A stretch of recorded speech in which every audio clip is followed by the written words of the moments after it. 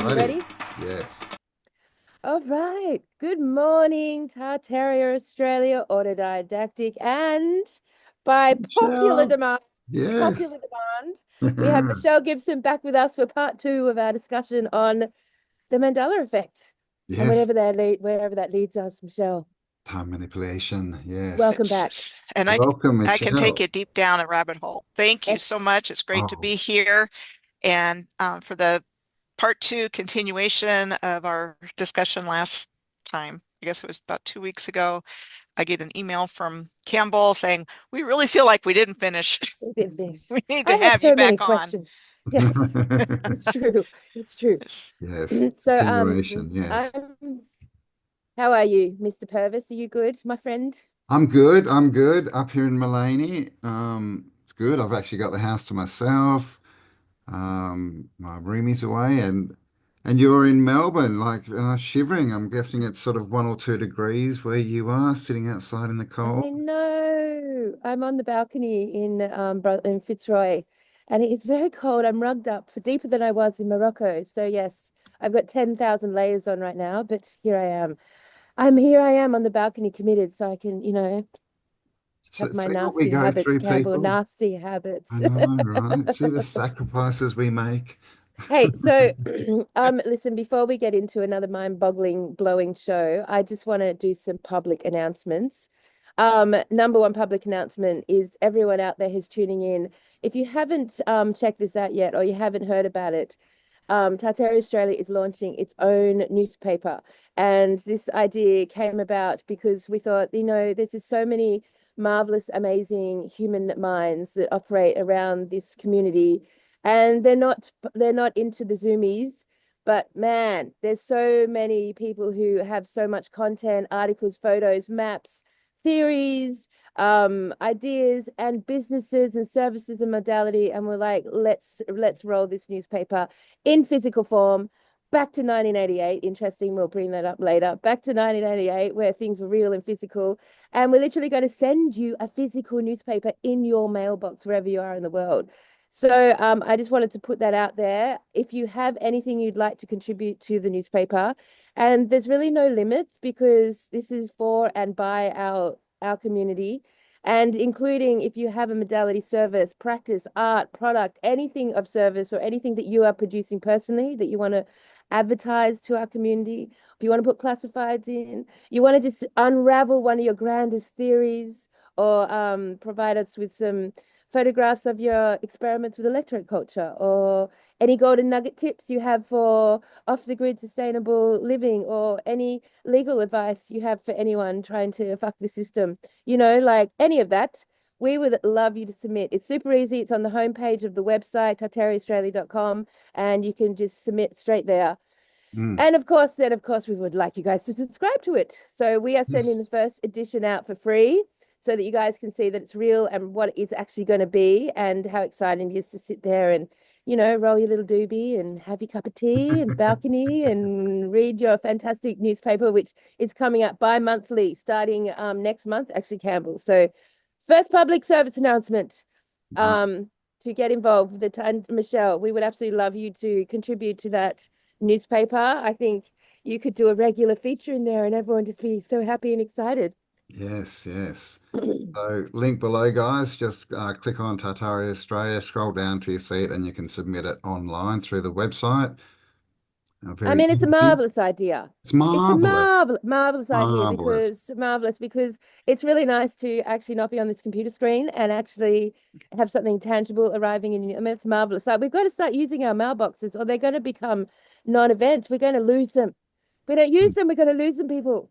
And we Yes, all like yes. having a mailbox, And even though print, nothing comes right? anymore. They Yes. can't come in and scrub words out and censor it. That's right. And, of course, for everyone in our community, even if you're only barely interested in this idea, which I don't believe that's true because it's a marvelous, marvelous idea, um, you should probably just sign up for the first edition so that we have your address on tap.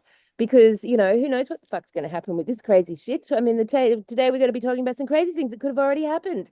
We don't Yes, know. we But don't like it'd be know. really good if we could all stay in contact somehow. And if anything happened, Campbell and I'll be able to get something in the mail. So old school. So that's Definitely. public service announcement number Yes. one. And thank Number you for your one. patience. And we've got a Oh, few. All we've right. got a few.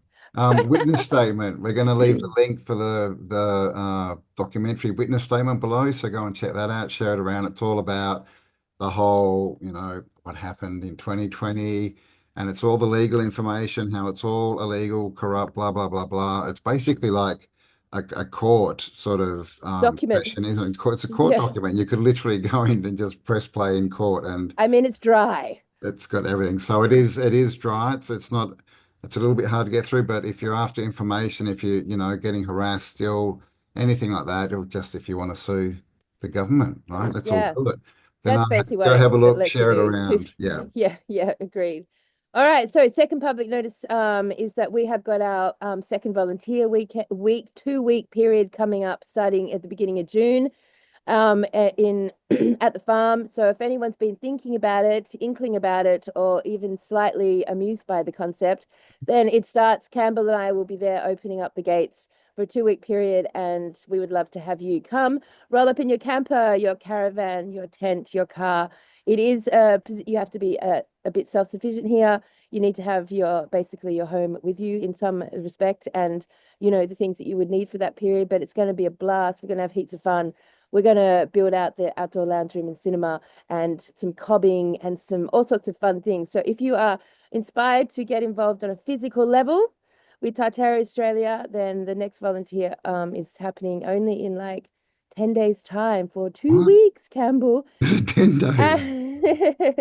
And if you would like to be involved, again, go to the homepage of the website. You're going to find a link for the volunteer information, fill it out, and you'll get the WhatsApp group, and you'll be online for a bit of an adventure, which we love. All right, last one. I mean, we've Last got millions, one. but last one, so we don't put Michelle to sleep, is you would come, wouldn't you, Michelle? You would come to our volunteer weekend if you were near, if you were in the same country. I would. You would. And we will be getting you I there would. at some point. That's right. Yes. Yes. Next year. Yes. But you'll have to keep your eyes and ears peeled for that one. Because it's a marvelous idea as well, isn't it? It's a It marvelous is. idea to be physical Marvelous. again together. And we saw it in Bosnia, didn't we, mate? Like it was really excellent to be all gathered and in physical form together. Like the ideas, the conversations, fantastic. Really gold. You never forget it. Uh Absolutely. yeah. And the third one is that Campbell and I are announcing a live event in Mullaney. Of course, that's where we've moved. We've got to know the town now. We've discovered the community hall. We love it. It's got an amazing setup, and we really, really love Mullaney. And we thought, well, fuck it, let's just do our first show here again. It's our last show was in Mullaney, so a bit of a cycle happening there. But yep, that's going to be on the 19th of July and tickets will be on sale this week. So if you are in the region or area and would like to attend a more formalized show than what the Jolly Swag tour will be, which is converting itself into a mystery school, by the way. But for a more formalized show, Campbell and I are going to spend the morning pulling out the most gold rabbit holes of the whole Tartarian field, all the fucking excellent ones, the fun ones. We're going to go through Tartaria for the morning in all its most excellent glory. And then in the afternoon, we are going to focus basically where we are today, what's happening today, and where we are in our conversation about reality moving forward today. It'll be a really fun show. I think we've cracked our formula for the live events. I think this will be the one that tours. Very excited to launch it in Mullaney. So that's happening on the 19th of July. There's a link below this. Tickets on sale this week. All right, Yeah. enough. Thank you, everyone. I feel like a news broadcaster. Now for the weather. Oh, now for the Mandela effect. You're up, Michelle. Show us a rabbit hole. All right, let's go. Oh, Where I did got we a big one. finish? All Got right, a good. big Got a one? big Thanks. one for you. Big one. We're into big Got a really ones. big one. Let's do it. Okay. And I decided to continue along the lines of time manipulation from our last conversation together. And I pulled out the research that I did for something that is central to the work that I've been doing and was guided towards long before I started doing this. And I think I said in the last show, it's like everything that's happened in my life has like brought me all the pieces that I needed to do the work that I'm doing now. And what I'm going to talk about today was one of those pieces. And it sounds crazy, Oh, good, good, Michelle. But but I dropped my lighter. Yes, I'm listening. the world we live in today is crazy. So Yes. how did we get here? Where did the crack And come from? I'm gonna walk you through how I think we got here, Good. and then provide supporting evidence from others, which I'm going to start with, and then go into the line of research that I've done that provides supporting evidence for it as well. Let's do Ah, it. you're such So a systematic thinker. I love it. I know. So really brings a lot of structure to conversation. actually, let me get out of here for a second. I think I need to. So for There we go. anyone I who need to put. didn't know where we got to last week, I mean, we're still on the Mandela theory. We're still looking at the timelines, the Mandela theory, and what the hell that glitch was, and what's happened in our reality since. Yes. So Michelle's going to pick up from that conversation. Oh, you're so organized. Fucking Look at excellent. this. Geez, Campbell. We look I fun know professional. we gotta get our shit together. And by the way, guys, link below if you want to get your shit together every morning, It's 30. fun. Oh my God. We're like a machine of offers. Like one of those, yeah, the This. ads. We're like a cereal But box. wait, there's more. And there's even more than what I'm going to share today, but I had to focus it, or I could have gone off in like 20 different directions.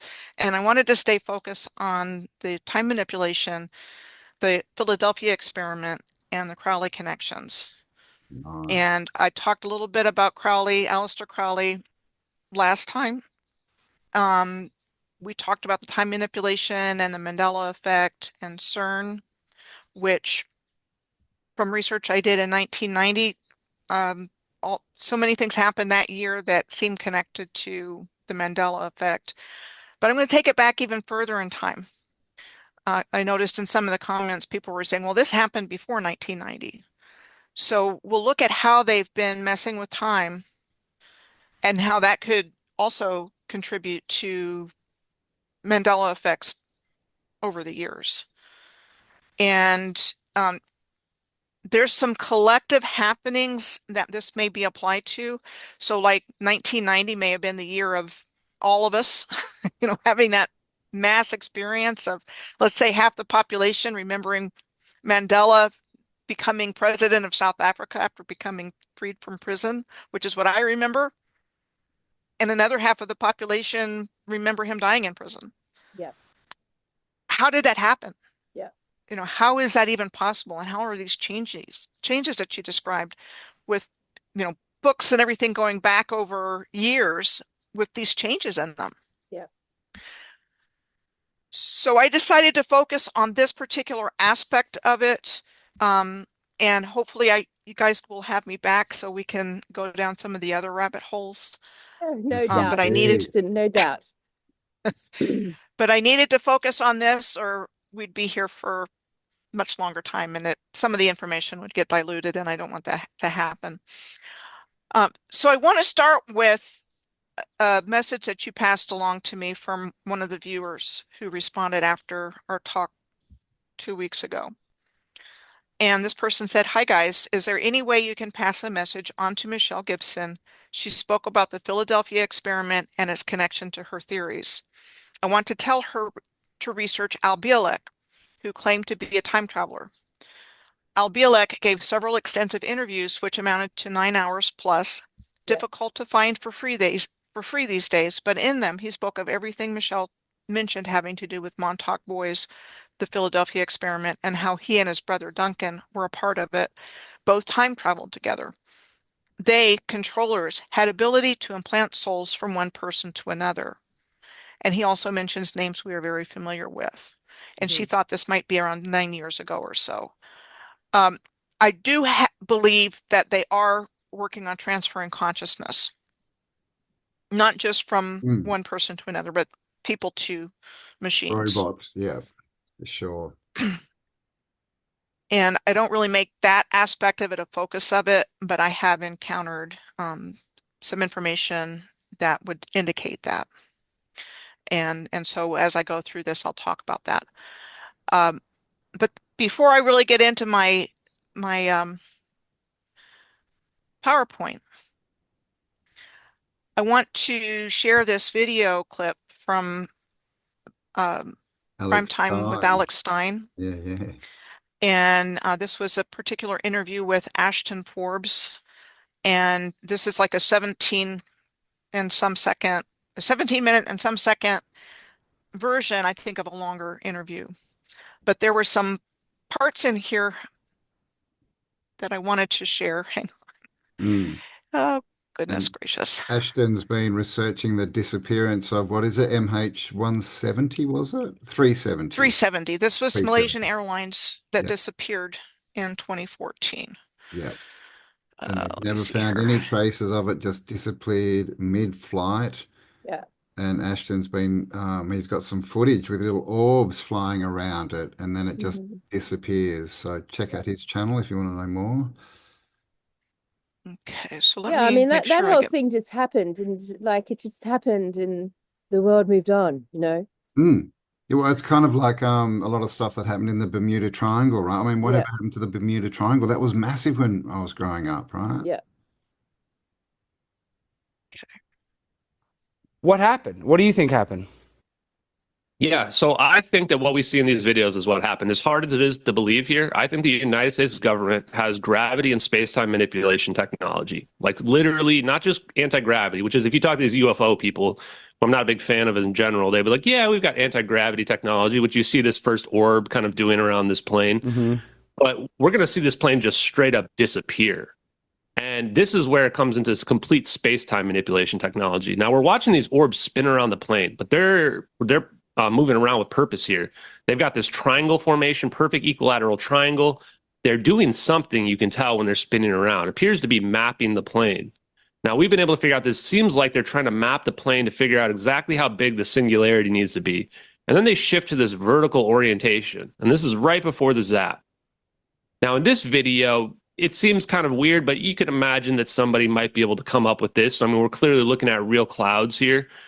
We've also actually shown that these clouds are moving. It's just that they move so slowly because there's only a few seconds of each perspective shift that it's hard to see that the clouds are moving, but I guarantee you they are. I have a video we can show if necessary. We're looking at low altitude cumulus clouds. This plane's flying low. We see smoke coming out of the back of the plane here. The plane is descending, we were able to figure out. This is the accurate turning capabilities of a Boeing 777 on display here. We can also tell this screen is cropped. This is a cropped screen recording. And we can tell that because we can see this mouse coming in from the top right and moving off the top left or bottom left of the screen. We also believe that this is a screen recording because the mouse comes from the top right and it ends and goes back to the top right, as if it's clicking on start recording and then clicking on stop recording at the end. The coordinates in the bottom left, they say NROL 22 in the bottom left, which is the first launch of the SBIRS system, Space-Based Infrared Satellite Constellation System, in 2006. Now we can see those coordinates in the bottom left as well. And they only move when the perspective shifts. So this isn't a situation where you're looking down on a satellite that's moving.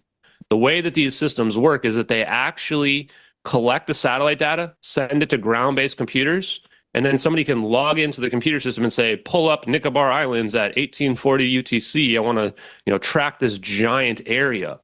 And then in this case, it looks like what they were doing is they did a cropped screen recording of a giant area, and they cropped out the drone, which is our second video.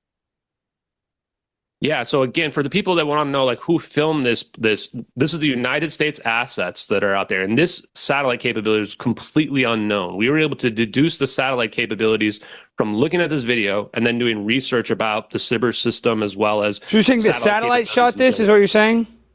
So what it really is like Google Earth mixed with they put them on balloons software. Well, yeah, have you ever seen that? Where sometimes they have cameras on balloons, like China has spy satellites that are on balloons. They've landed. Could it have been one of those? You know what I'm talking about? Well, in this case, we believe I'm going to show you another video real quick. We mapped every single satellite that's out there, and we found USA 229. This is a naval ocean surveillance satellite pair. We looked back at all the old trajectories of all the satellites.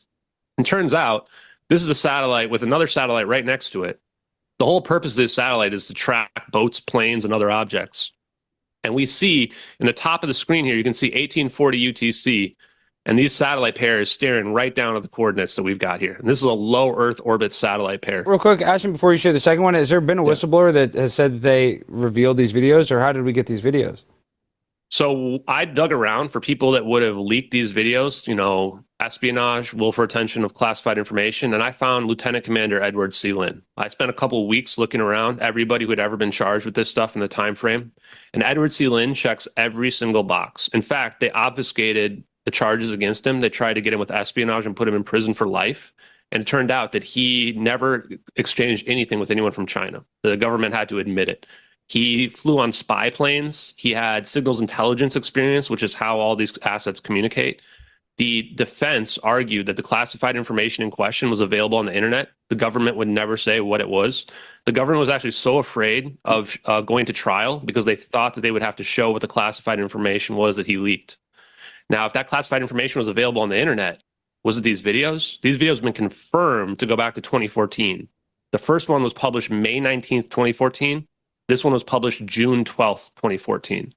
So you can imagine a scenario where somebody leaks these videos one by one because they think that the world is going to know the truth, and that Edward C. Lynn was potentially, maybe he even thought it was UFOs. I think we're looking at government technology. So you don't think it's an extraterrestrial? So you think this is a technology that we have here on Earth?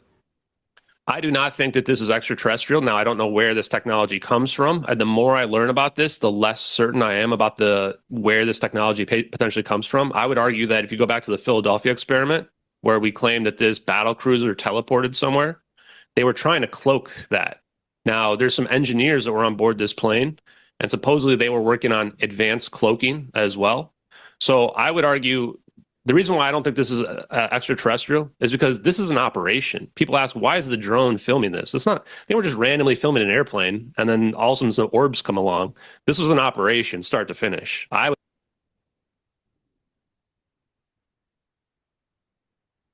think this plane went to Diego Garcia, and that's where a lot of these conspiracy theories that out there think What's the plane Diego went. Garcia? Wait, what is that? Why don't I know what that is? A lot of people don't even know Diego Garcia. So I'm going to show this other screenshot right here as well, where if this plane did get warped, teleported, wormholed, whatever it is, then using the right-hand rule in electrical engineering, this plane would be going to the west because we can map out its direction of travel. It's going backwards.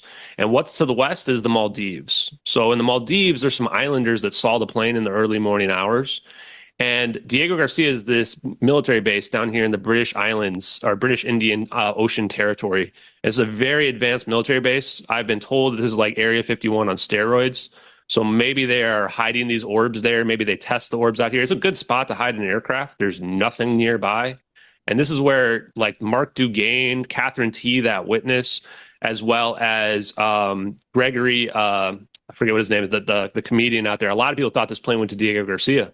And I actually happen to agree with them. That's the most logical place for this plane to end up. The only reason why the experts discounted it is they couldn't figure out how the plane could get over to the west of these islands where these islanders saw it. Well, if we have some kind of space-time manipulation, teleportation type technology, then this plane shows up over here in the Maldives and then just flies south to Diego Garcia. There was Philip Wood, the American passenger, the adult American passenger. There was a weird picture that's all black that gets posted on 4chan like a week after this plane disappears. And it says he's being held prisoner somewhere and he doesn't know where. And it turns out they looked at the EXIF data on it. And the EXIF data has coordinates for Diego Garcia as well. So while I can't prove that's where the plane went, throw out all the other conspiracies. That's where I'm putting my money. I'm going to say that's where the plane went. Okay. And get out of here. There we go. Oh, wow. Okay. So anyway, I just wanted to start with that. So I mean that was a big event that occurred and sort of got like lost and forgotten about. So Michelle, you've brought this up, linking it to time manipulation over the Mandela effect. Just the whole idea that it's even possible. Yeah. Time manipulation, time travel, and that we apparently, from other sources, have advanced technology, which enables that to happen, and it's kept hidden from us. It falls in the realm of conspiracy theory, like what I'm going to be talking about here. But that's how they hide it from us. They've just been gaslighting us tremendously about everything for a long time. And so even if you look up DARPA, which is the Defense Advanced Research Projects Agency, and if you follow alternative media and alternative research, you hear about DARPA being associated with Black Ops and things like that. But if you look up DARPA, it doesn't say that. No, no. You know, They it don't is like with advertise everything else, it. they're not going to say that. It's all They're for going to our say all the good. wonderful They're just things. trying to help us, Michelle. Come on. So, so that's how they obfuscate it and hide it and, keep showing us movies and keeping us distracted. And I'll go into that too. Um, so there's this whole sequence of events, it seems, that have been building on each other. And so I'm going to talk about some things in 1981. You mentioned 1988 earlier. We talked about 1990. And then, it just seems like there's so many things that are yet to happen that are tied to this. I'm going to say collective MK Ultra. Yeah. I think MK Ultra went from individual one-to-one trauma-based mind control, developing split personality type thing to this worldwide campaign to create fear and terror, so that we willingly give up control Mm. and stay in that fearful state. Mhm. Yeah, I mean, And so, just so anyone who's not heard of this, there's a theory out there that in 1988, the universe experienced, past the world, experienced an extinction event that was so catastrophic that it forced a reset. And in 1988, it occurred, and we just sort of like skipped over to a new timeline, and didn't barely notice a thing, except that since then, 1988 to 1990 to Y2K to 212 to now, the world's been feeling a little bit cardboard and obscured, like something like its soul has been impacted and it's missing. So that's the 1988 theory, that there was a catastrophic event that like forced a reset because everything went into extinction potentially. So carry on, Michelle. yes. So we're all guided into doing this work in different ways. And I know for me, it's coming from a very deep place, and it feels like I was given this information over the course of living my life, and it was like, okay, I gotta get this back out there. And so, I keep moving forward, keep going deeper, but I'm going to share my journey of how I was guided specifically into this, and then also, um, it's just something that keeps going on. And provide an explanation, like I said earlier, for how we got to this world that we live in today. And I can show you the pieces of that puzzle that I found that seem to fit together and provide a plausible explanation for that. So the first thing I'm going to share is my personal journey into all of this work was based on first learning about sacred geometry, then about ley lines, and then about the Moors. But I've been interested in hidden history and everything else that's been hidden from us as far back as I can remember. Sometime around 2007, I went to a Flower of Life workshop when I was living in Fairbanks, Alaska, and I learned about sacred geometry. And this was a crucial piece to the beginning of my work, and specifically my original work. Sacred geometry is a language of geometric patterns that spans all cultures, timelines, and species on Earth and beyond. It is a foundation of everything in existence when broken down to the smallest parts. And it's the creation pattern of the universe. So I just want to step in real quick here and just say that the meanings of all of this have been inverted like everything else.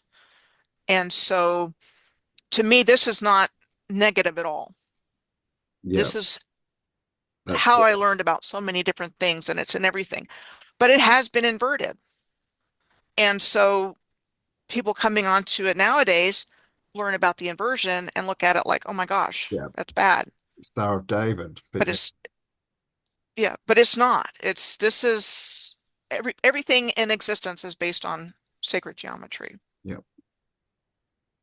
And so this image on the top left is the flower of life pattern, and all of the sacred geometric shapes are found within the flower of life, depending on what you're connecting. And there's feminine lines and masculine lines and the whole 9 yards.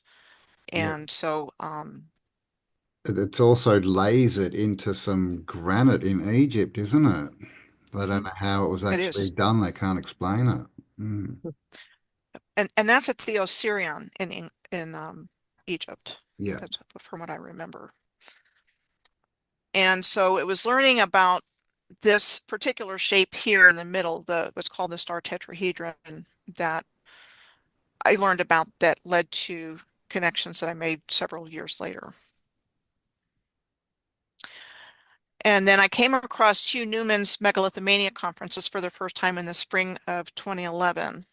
And I watched as many of those as I could for several years.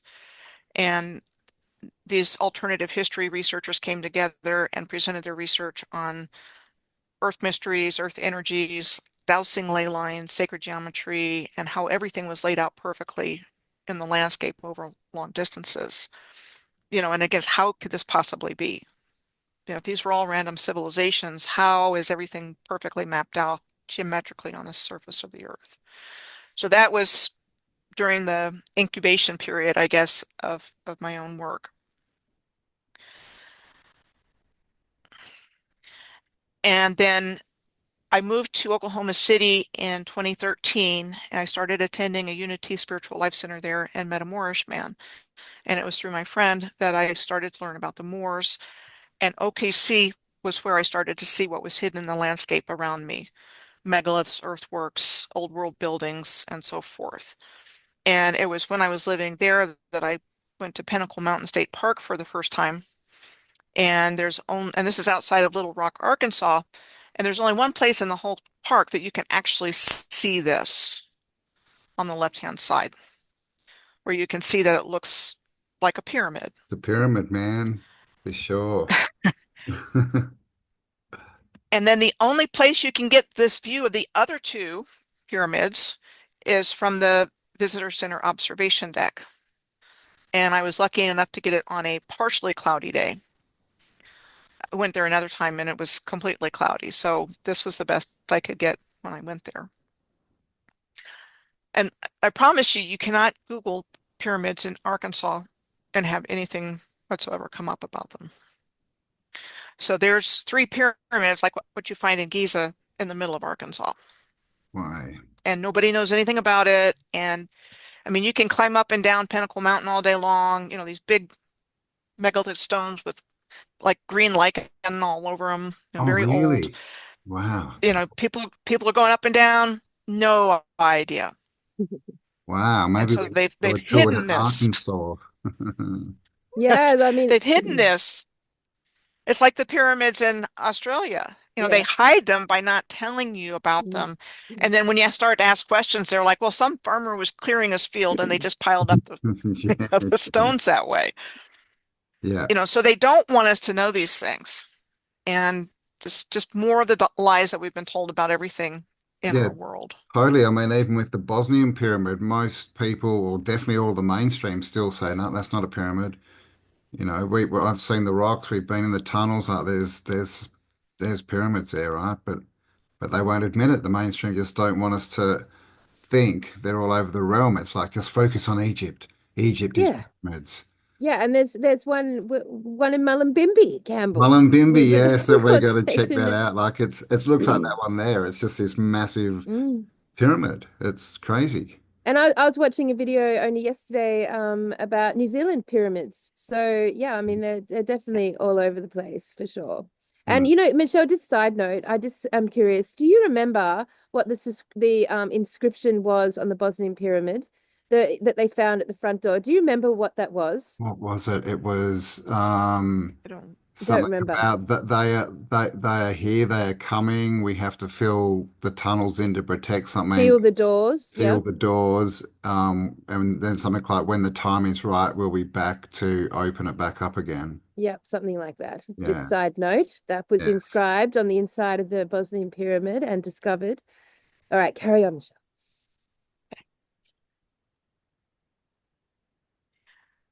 So one of my travel buddies, Anne, gave me a map of the world because she said I needed one. Otherwise, this would never have come into my life. I would never have thought of this.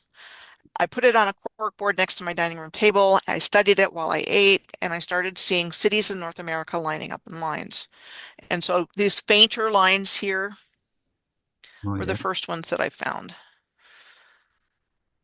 Because I knew about sacred geometry, I was thinking, well, I found these here, and I thought maybe I can find another one. And I found that. Well, I'll take it back up. I wonder if there's one down here. So I found the second one where the bottom apex is in Merida, Mexico, and then the top apex is Edmonton, Alberta. And so this was where my journey started in finding the ley lines that I found, taking them around the earth, extending them out, and then going from place to place to place to see what was there. And it was like everything just fell out. The original civilization fell out, what happened to it, who was behind it, how they'd go for star forts and all of these other things when they were colonizing. And actually that's simplifying it by quite a bit. But this was where my journey began and how the information that I've accumulated all over almost 7 years started and just go deeper all the time. So what I did was I'm just gonna escape for a moment and just show you my spreadsheets. Um, Before I even started tracking ley lines, I was noticing things like hot springs, all kinds of hot springs.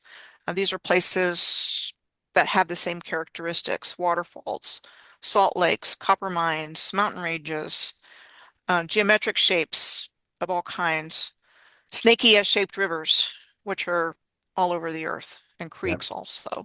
Yeah. Um, Canals, arched bridges, lighthouses, onion domes. You can find things in national, state, and local parks, civic buildings like dome capitol buildings, aqueducts, ruins, canyons, bluffs, mesas.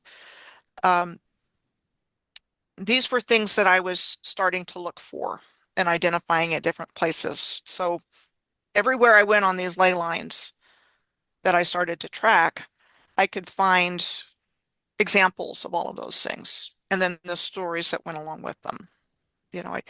All of the the prisons that were built by prisoners themselves, which I'm Yeah, sure you right. have in Australia also. Yeah, with no escape tunnel. Jeez. Those kinds of things. The stories are very consistent all over about how things came into existence. Yeah. 1850 is like Gold. a really big time Yeah, man. for everything. Yeah. Others as well, and I'll go into that. So this is what my work is based on, are things that when I extended the lines out, I wrote down the places that they went through and saw the sacred geometry, the patterns of sacred geometry emerge from that. Um, and like I said last time, you've got a lot going through Australia. I was just reading those. Yeah. Cow Barry. Jeez. And the different colored lakes, the pink lakes, and you have pink lakes in different places around the world. So I have all these spreadsheets and I go straight to the location and just see what's there. I haven't done all of these. I've done quite a few. It could be very time consuming. I was finding nuclear testing along these lines and other nuclear sites. So it appears that after what I think they destroyed the grid, they were continuing to destroy different places on the Earth's surface. And I know that there are some testing sites in Australia, Yeah. um, on the Nullarbor plain, Yeah. and I can't think of the name of it off the top of my head. There was testing's gone on in different places, but I did find them on these alignments as well. So Mm. they appeared to be targeting it. There's a big satellite array So out there too, isn't there? Out past Nullarbor in the back of the black stump, as we say. Oh God, I, it's so elaborate. I mean, why? Why so elaborate? I always ask this question, Michelle. Why so elaborate? Why not just enslave us like they already have and just be done with it? because they can't. They can't. They're Because we're trying. fucking gods, because like we're They so can't. yeah, I mean, yeah. They could only do it if they could convince enough of us to believe them. Well, Jesus.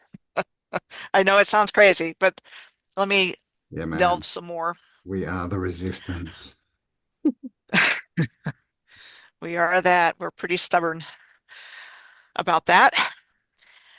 So I had found the work of Peter Moon sometime around 2014 when I was looking for Yeah. more information about the Moors, which is very hard to find. And Peter has a lot to say about Aleister Crowley in his books and the dark occulted nature of the timeline that we've been living on. Peter also has been involved in a lot of work on about the Philadelphia experiment, the Montauk Project, and time travel research. And so I started reading some of his books, just looking for information about the Moors. And um, I haven't read all of the ones on the screen. I think I've read all of them except this one here on the Philadelphia experiment. Um, but the lady that emailed you, the ones that she had mentioned are in Peter's books. Um, Al Bielek and Duncan Cameron and Preston Nichols as having been involved in it and time travel experiments and Yeah. things like that. Nice. What's And Spandau? Do you know what the Spandau mystery is? yeah, I've what read, does that's one I've read.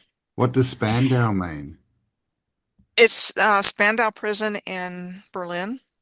Oh, okay. And most of Peter's books are classified as science fiction.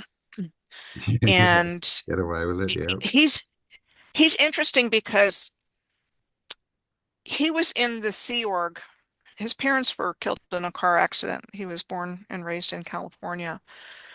Sea Org was L. Ron Hubbard's Hubbard, yeah. or, organization in which, as Peter explained, he was teaching people how to become operating thetans, Thetans, Yeah. meaning remote viewers, the ability to get out of the body and go out and, see what's going on. L. Ron Hubbard is notable for having been involved with Aleister Crowley and Jack Parsons. Yes, yes. And so there was an opening of a portal that the person that emailed had mentioned, and I didn't go too deep into that.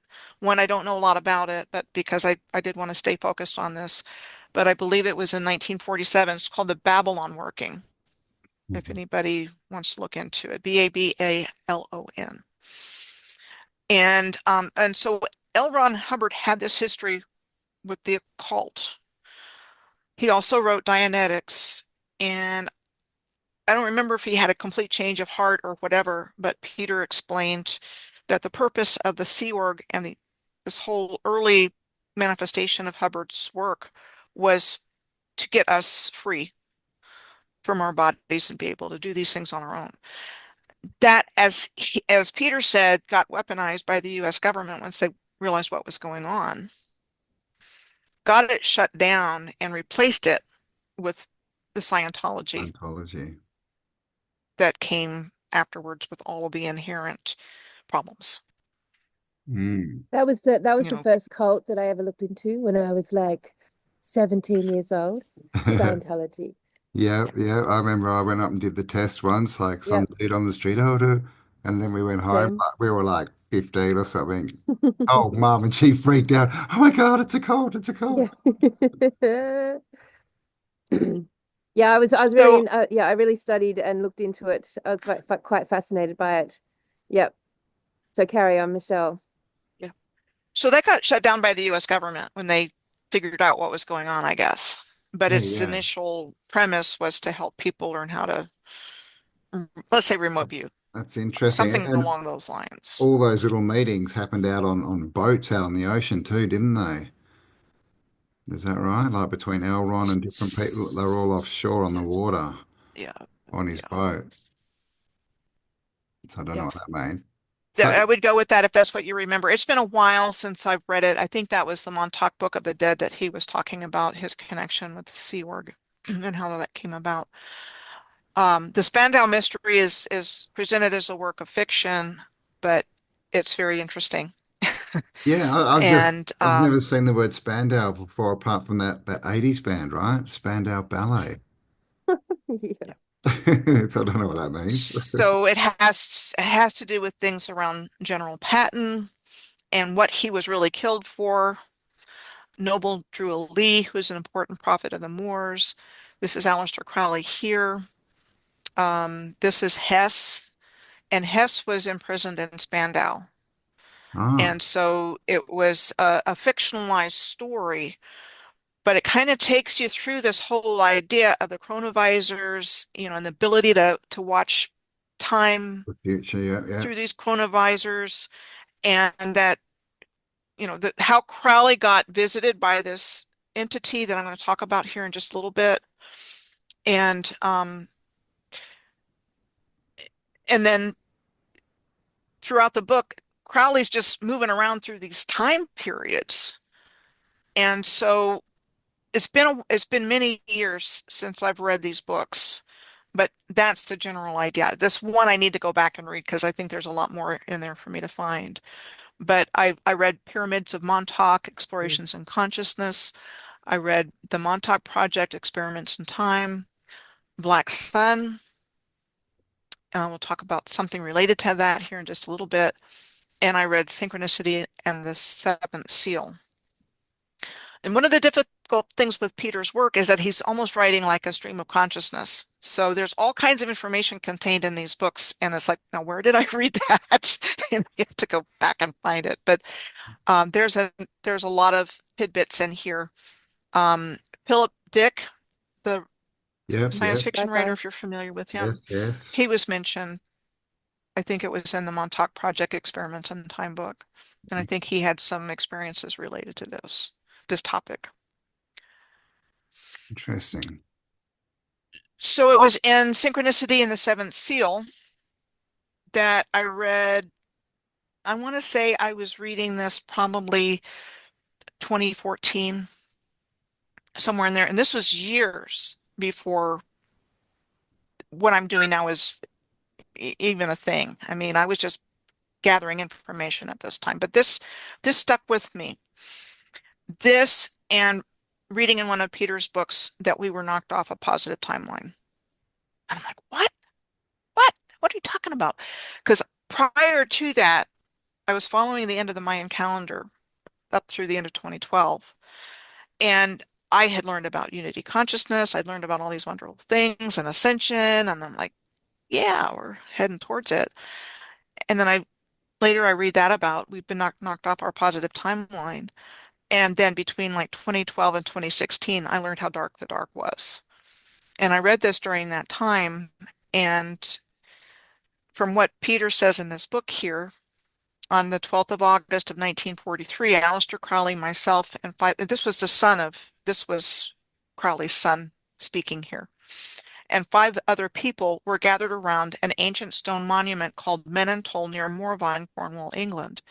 You will note the remarkable similarity of the name to Montauk. Um, the stone itself is called a quoit because it has a large circular hole in it. I was made to lie on a length of board, and this was inserted, me with it, into the hole. It was like the ferrite rod that is put into an electric coil. Alistair performed a ritual which appeared to cause a line of rough water between this spot in southern England and Long Island in the United States.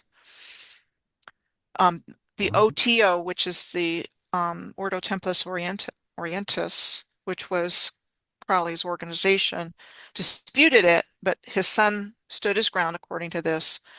And it says here, virtually all the occultists and psychics I spoke to, including Cameron, had no problems with Amato's claim. But what was interesting was the sighting of Menontoul as a sacred spot is now legendary and received international attention in 1998 when the entire New Age crowd noticed on August 11th of that year that a solar eclipse revealed a shadow line which ran all the way from Cairo to Montauk and went straight through Menontoul. And I do believe that the Great Pyramid is central to this as the central piece of what I believe is a pyramid grid. Okay. And so this is Menontoul down here, and this is where Crowley passed his son through on that date, according to this source of August 12th of 1943. Wow. So that's like a stone torch. So, so that was where that idea first came into my head. And then I've also encountered the date of July 22nd of 1942 for the original Philadelphia experiment. So these next slides give an overview of that. That the large generators of the USS Eldridge were switched on. It was done in plain view of other merchant ships that were in the Philadelphia Navy Yard. A green haze or fog formed around the ship as the fields built up. Then it was claimed that the green fog disappeared, taking the ship with it. It was a success. It was invisible to radar and to the eye, and then it returned after 15 minutes. So they're talking about it was masked, the equipment on the ship had been altered, and this caused the crew of the ship to become very sick and disoriented, and that when the ship came back, the crew was sick, some were missing and never found, and some of the men were fused to the steel of the ship embedded in the bulkheads. Mm-hmm. So, which is really fucked up, by the way. Yeah, I Like, know. whoa, like what? And it was seen what in like a couple of 100 miles away, wasn't it? Yeah. Yep. I mean, it's so crazy. they're like saying, okay, there's all kinds of accounts, but didn't happen. You know, it's fake. There's nothing to see here. But False like memory. we were talking about earlier, that's what they do. Yeah. Gaslight us. And I'll get into more examples as we go through this. So the interesting thing about August 12th every year is it's the Lionsgate portal. Yeah. And so it's a gateway between the physical and spiritual worlds. Its peak position and Orion's belt moves into direct alignment with the pyramids of Giza, opening the cosmic 8-8 Lionsgate portal. 88. So Interesting. So every year it's looked forward to by very spiritual people for these qualities that it has as a portal. Mm. You know, all kinds of good stuff, right? The July 22nd date would have been during the heliacal rising of Sirius before the sun. And that's actually during the time that you're going to be having your thing on July 19th, which I know because my birthday is July 19th. Oh, is it? So either of those dates would have had astronomical significance. Well, my birthday's August 13th, so I'm one day after the Lion portal start. Ooh. I mean, come on, 888 to 88, Lion Gates portal. I've done heaps of ceremonies around the Lion Gate portal, 888. Yep. So I believe a new timeline was inserted over the original civilization, and that the Philadelphia experiment, at the very least, caused a time distortion, and at the most was responsible in large part for the destruction of the Earth's energy grid, which then caused great destruction of the surface of the Earth. And I'll go through evidence for that. So I've theorized for several years now that the years 1492 and 1942 are the boundary years of a new timeline called Rome. There are 450 years between 1492 and 1942 that can be divided evenly into 9 50-year periods. And at the beginning of each of these 50-year periods, much was happening in our historical narrative. So with 225 years on either side, 1717 is the new midpoint year, is the midpoint year. And so I feel like this new timeline was grafted, I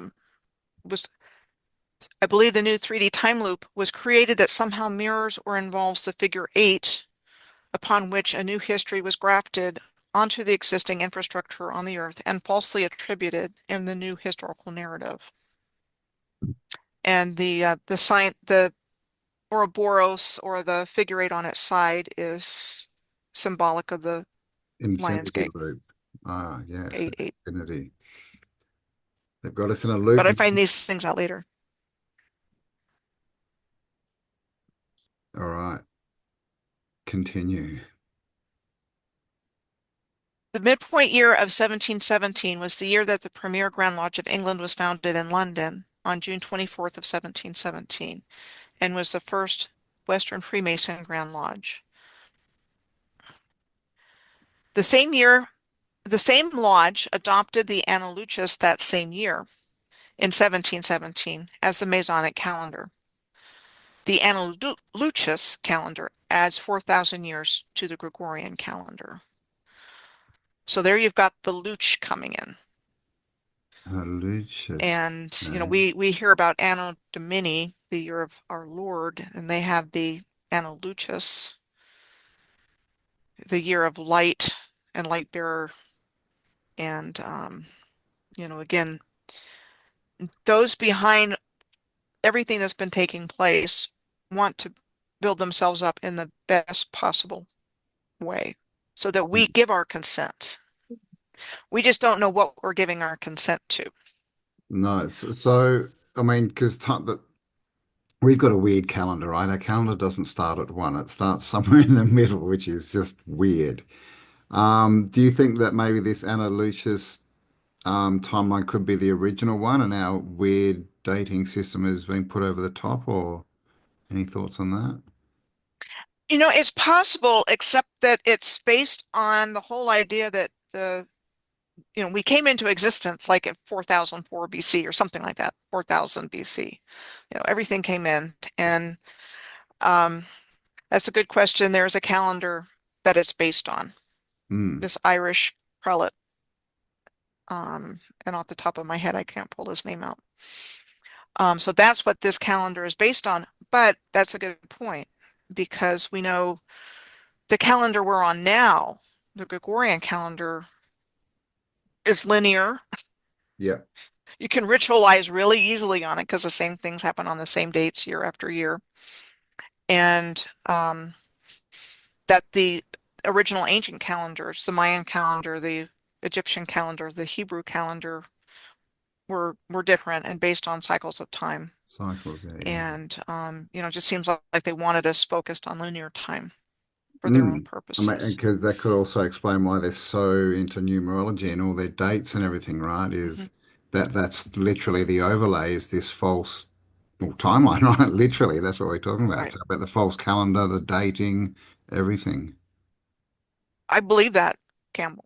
I believe that's why we have it, because you have, March 22nd, 322, Skull and Bones. Yeah. You have 9/11. Yeah. You have all of these, you have October 31st. You have all these dates that are their ritual dates Yeah, yeah. for And doing something. 9/11 as well is also, I've read that that's Jesus's actual birthday. So it's an interesting date. So again, with the Philadelphia experiment, I've theorized for several years now that the years of 1492 and 1942 are the boundary years of this new timeline. And I did a video on this back in November of 2018, and I explored the events in our historical narrative around these years in the context of the insertion of a new timeline. And so, as shown in this photo, the The Philadelphia experiment involved the USS Eldridge, a naval destroyer escort for merchant ships. The ship's generators were turned on in view of the other ships.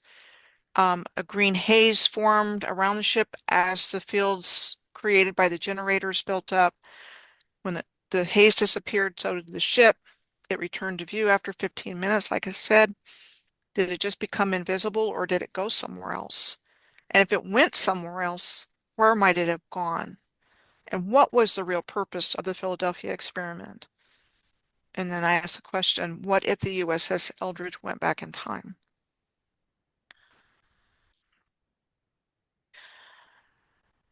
For some reason, the conspiracy theories I'm mentioning here have come back into form to be consumed by the public as movies like The Final Countdown, which was a 1980 movie where a time-traveling naval vessel in the form of the USS Nimitz goes back in time to the day before the attack on Pearl Harbor on December 7th of 1941. Another 41 year, which I've found to be significant. And I've long thought that the Philadelphia experiment was a deliberate manipulation of the original civilization's energy grid system in order to create a rip in the fabric of space-time.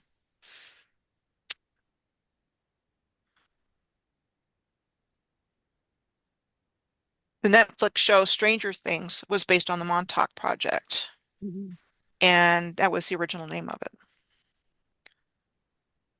What the So again, show was going to be called Montauk Project. Is that what you mean? so what I'm saying is the Netflix show Stranger Things Yeah. is based on the Based Montauk on- Project, Yeah. and it was originally called Montauk. Oh, okay. Yeah, right. Wow. So they have to tell us what they're doing. They have to have our consent. But this is how they're doing it without telling us that they're telling us. Hmm. I've never been drawn to watch Stranger Things. It's of all the random things. I guess if it was called the Montauk, I would have watched it for sure. Yeah. Stranger Things, I've just been like, I've seen the first one. It's interesting because there is this other underworld area, right? With beasties that may have been created by something. yeah, or brought Yeah. forward by something. Hmm. So I'll go ahead and stick it in here because I didn't look it up until this morning, but what I found out was that the Montauk Project allegedly ended in 1981 when the Air Force Base was taken down, the Montauk Air Force Base.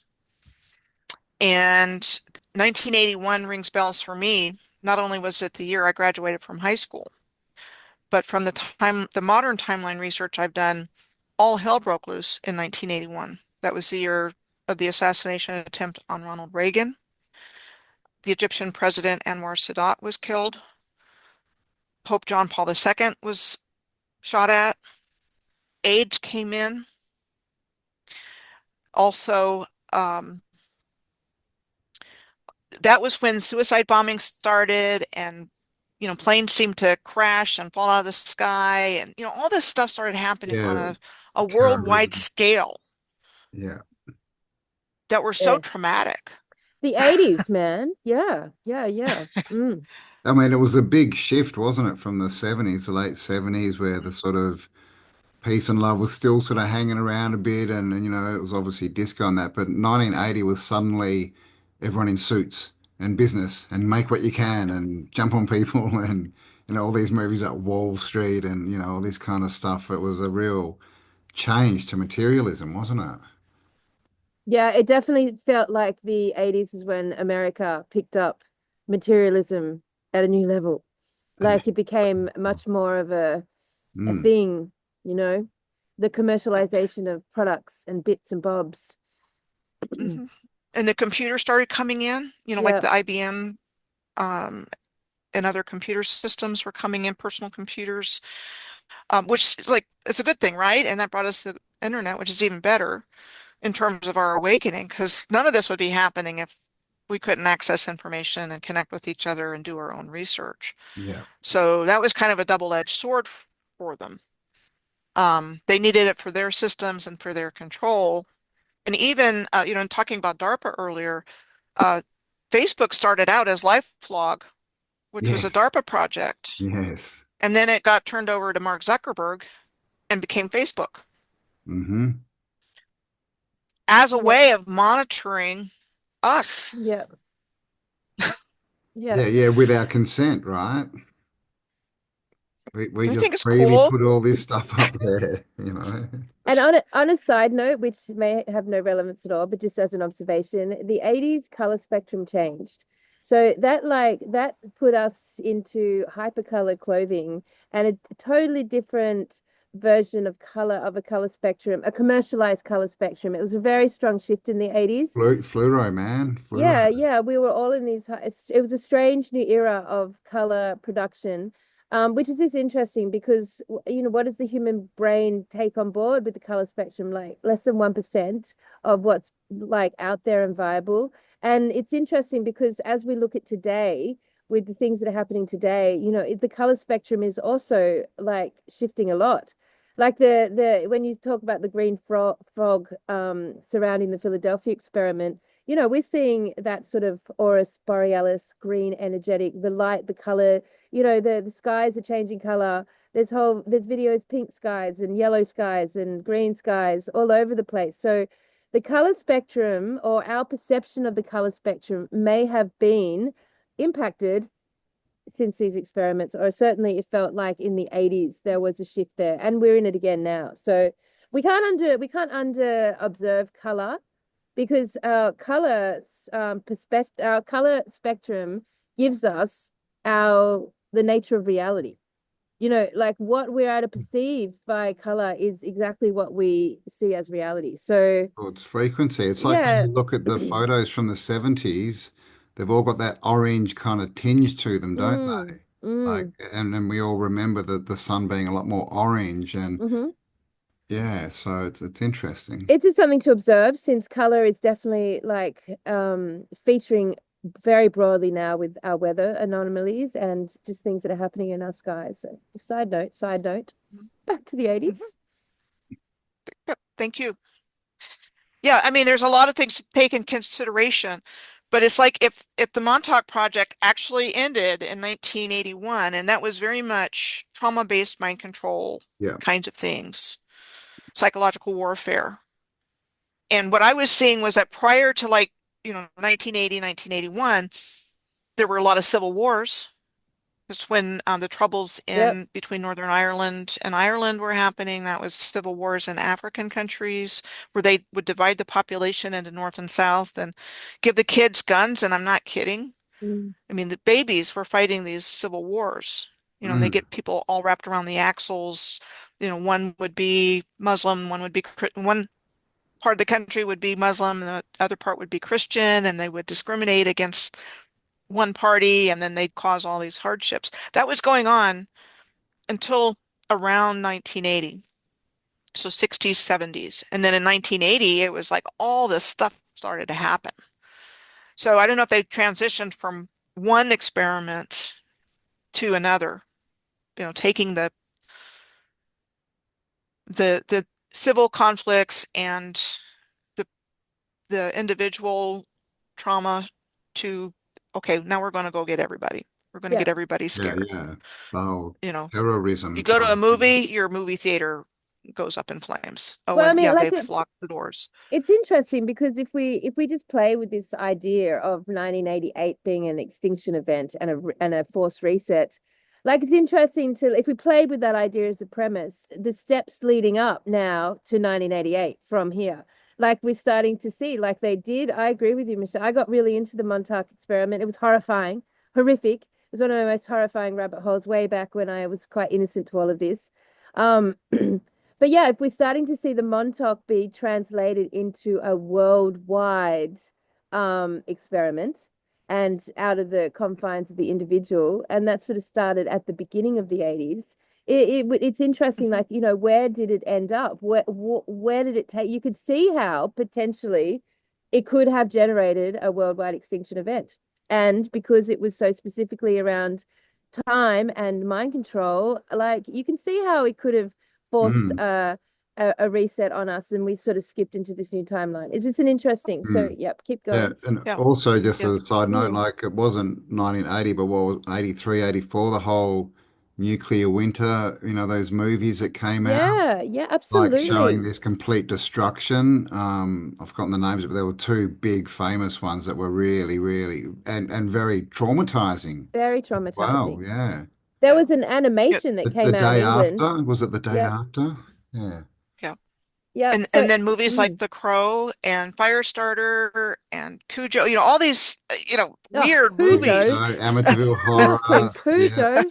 That was yeah. my first horror movie, Cujo. Jeez. My grandma used to feed me Baileys, and made me watch horror movies with her.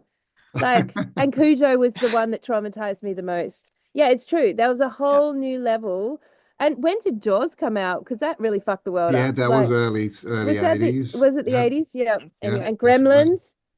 Yeah, All yeah. right, Eric. But it's true. I can Okay. see how we could be trapping the progress here of potentially something really big happening. Yeah. There's so many rabbit holes just in this little discussion that we've had. And then, and then what we're dealing with today, where more people are waking up. And I certainly see that in the cyber community, but our friends and family are like not getting it and sound asleep. How did, bright, intelligent, well-educated people get to the point where they're so easily controlled? Manipulated, yeah. Well, because You know, it's true. My family are like this. But like at the end of the day, it's because it's too traumatic. They don't want to put their mind on it. They think putting their mind on yeah, it is just exhausting and traumatizing. So the trauma engaged with it is like a shutdown. It's a shutdown yeah. MK valve. Ultra. Yeah. Mm. So anyway, I'm just bringing you along in my personal journey. And so the next part of my journey, going deep into this research, I had already started blogging and making videos in June of 2018. And then a friend of mine who's a psychic stopped in to see me, and this was, I guess, probably in the fall of 2018. And as we were visiting, she received some messages to convey from my guides. I don't get this information, but people connect with me, they can give it to me.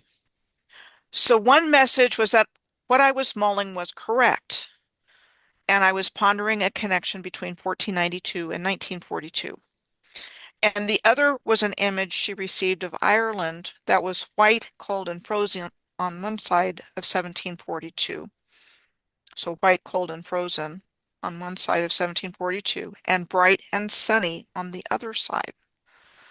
Wow. So that prompted me to look for what happened in the year 1742 on the internet, and only two things came up. I had no reason to look here. Maybe something would have guided me here later, but this is how I got here. The first was that Dublin, Ireland was the location for the premiere of George Frederick Handel's Messiah on April 13th of 1742. And the only other thing that came up was an extraordinary cold weather event in Ireland between 1740 and 1741, during which time the Irish population endured 21 months of bizarre weather without known precedent that defied conventional explanation. The cause was not known. It seemed bizarre to me that Handel's Messiah would premiere in Dublin right after this extremely cold, lethal weather Yeah. event.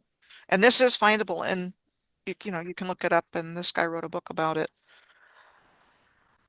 And, estimates of like 500,000 people dying. That's the number that comes to mind. Uh-huh.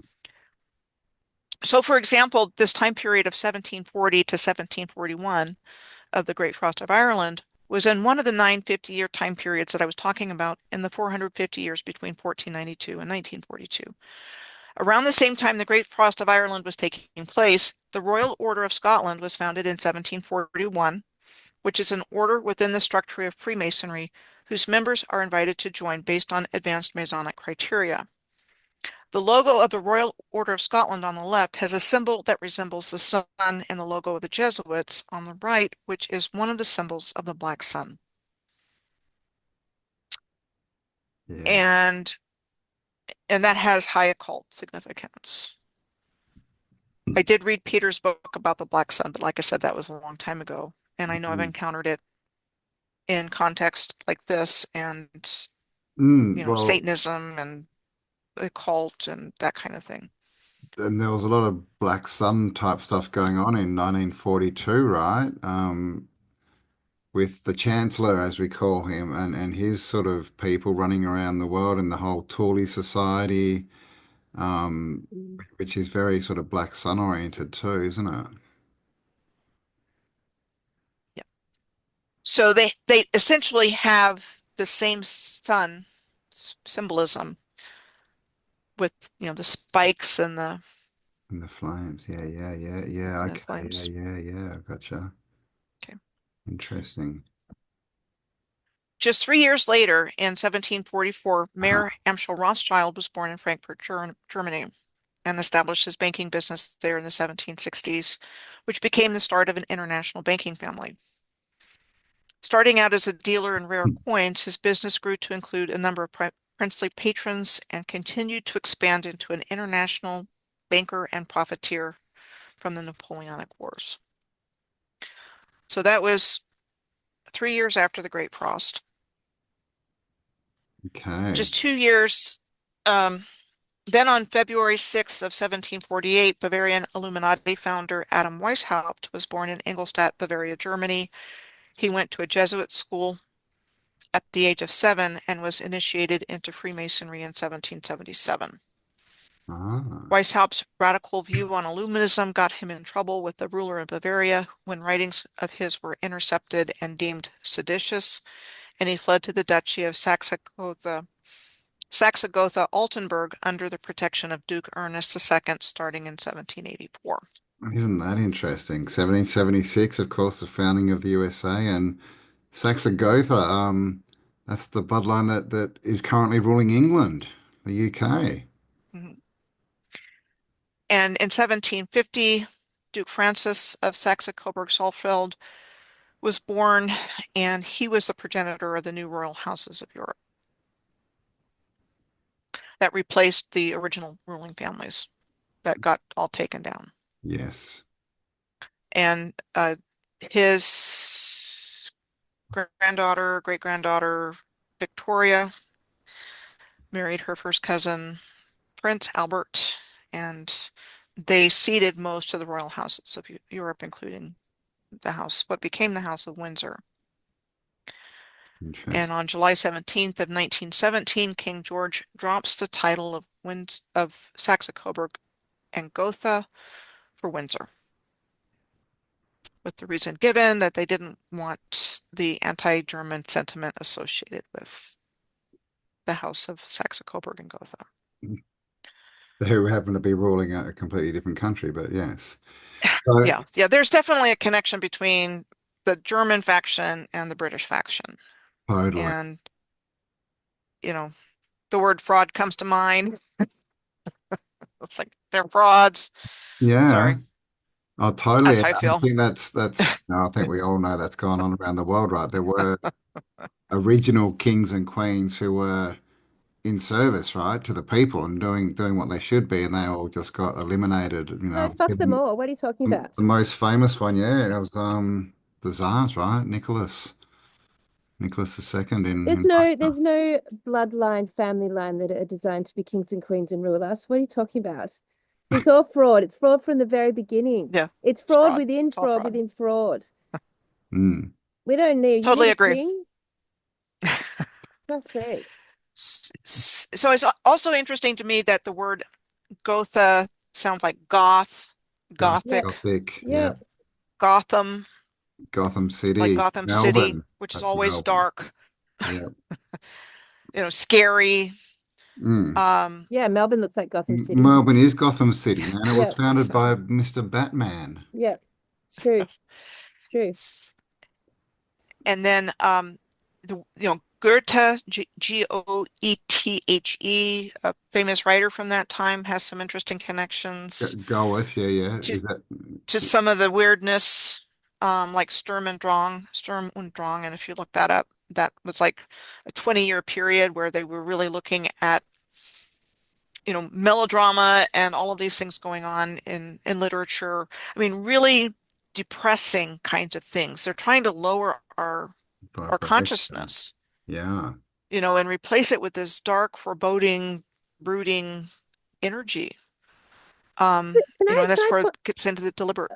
let me ask something here. Like, um, when we talk about lowering our consciousness all the way back here in time, like, because I kind of think that our consciousness, the shift that's happened, has happened now, like since the 80s sort of thing. Like we've been, there's some forerunners, but generally speaking, consciousness has, really taken a split from, like, we've it feels to me we've come here already imbued with the mission of bringing our consciousness to this realm. So I'm wondering how much they really had to work back then to shift the consciousness, because most of the people potentially were already a part of this. If you bring in the sort of like the clone concept, the Cabbage Patch Babies, the Tartarian population being repopulated, like, how much of the consciousness were they actually battling up against? It feels like it's our consciousness they're battling up against now in time. I mean, just curious, they did a lot of work back there when, the Tartarian idea really puts the population as starting again at this point. So they were like, I guess they were, potentially programming more than battling the consciousness. They were sort of like, do you know what I'm trying to say? Well, There's I think it was both. I mean, I think that's a good point. I look at the 19th century as just being horrible for humanity.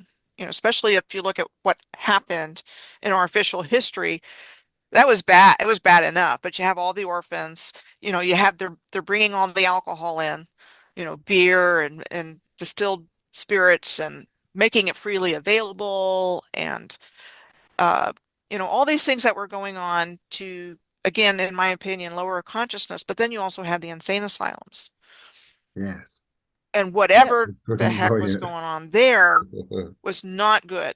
I mean, like serious early concentration camp kinds of things. Now, I were they mean, survivors of a catastrophe? I lean towards this place was destroyed and then they had to bring it back online, is how I land on that topic. it's And I think that, sorry, go on. no, I was going to say, and I think it was destroyed through the energy grid. Mm. And when do you put the destruction of that energy grid? I'm sorry, I missed the first part. Where would you put the destruction of that energy grid? Like whereabouts? Yeah. So I'm gonna talk about this here and then we Mm. can go back because Okay. what I'm going to talk about now I think was one part of it, but I'm open to there having been multiple attacks on the grid.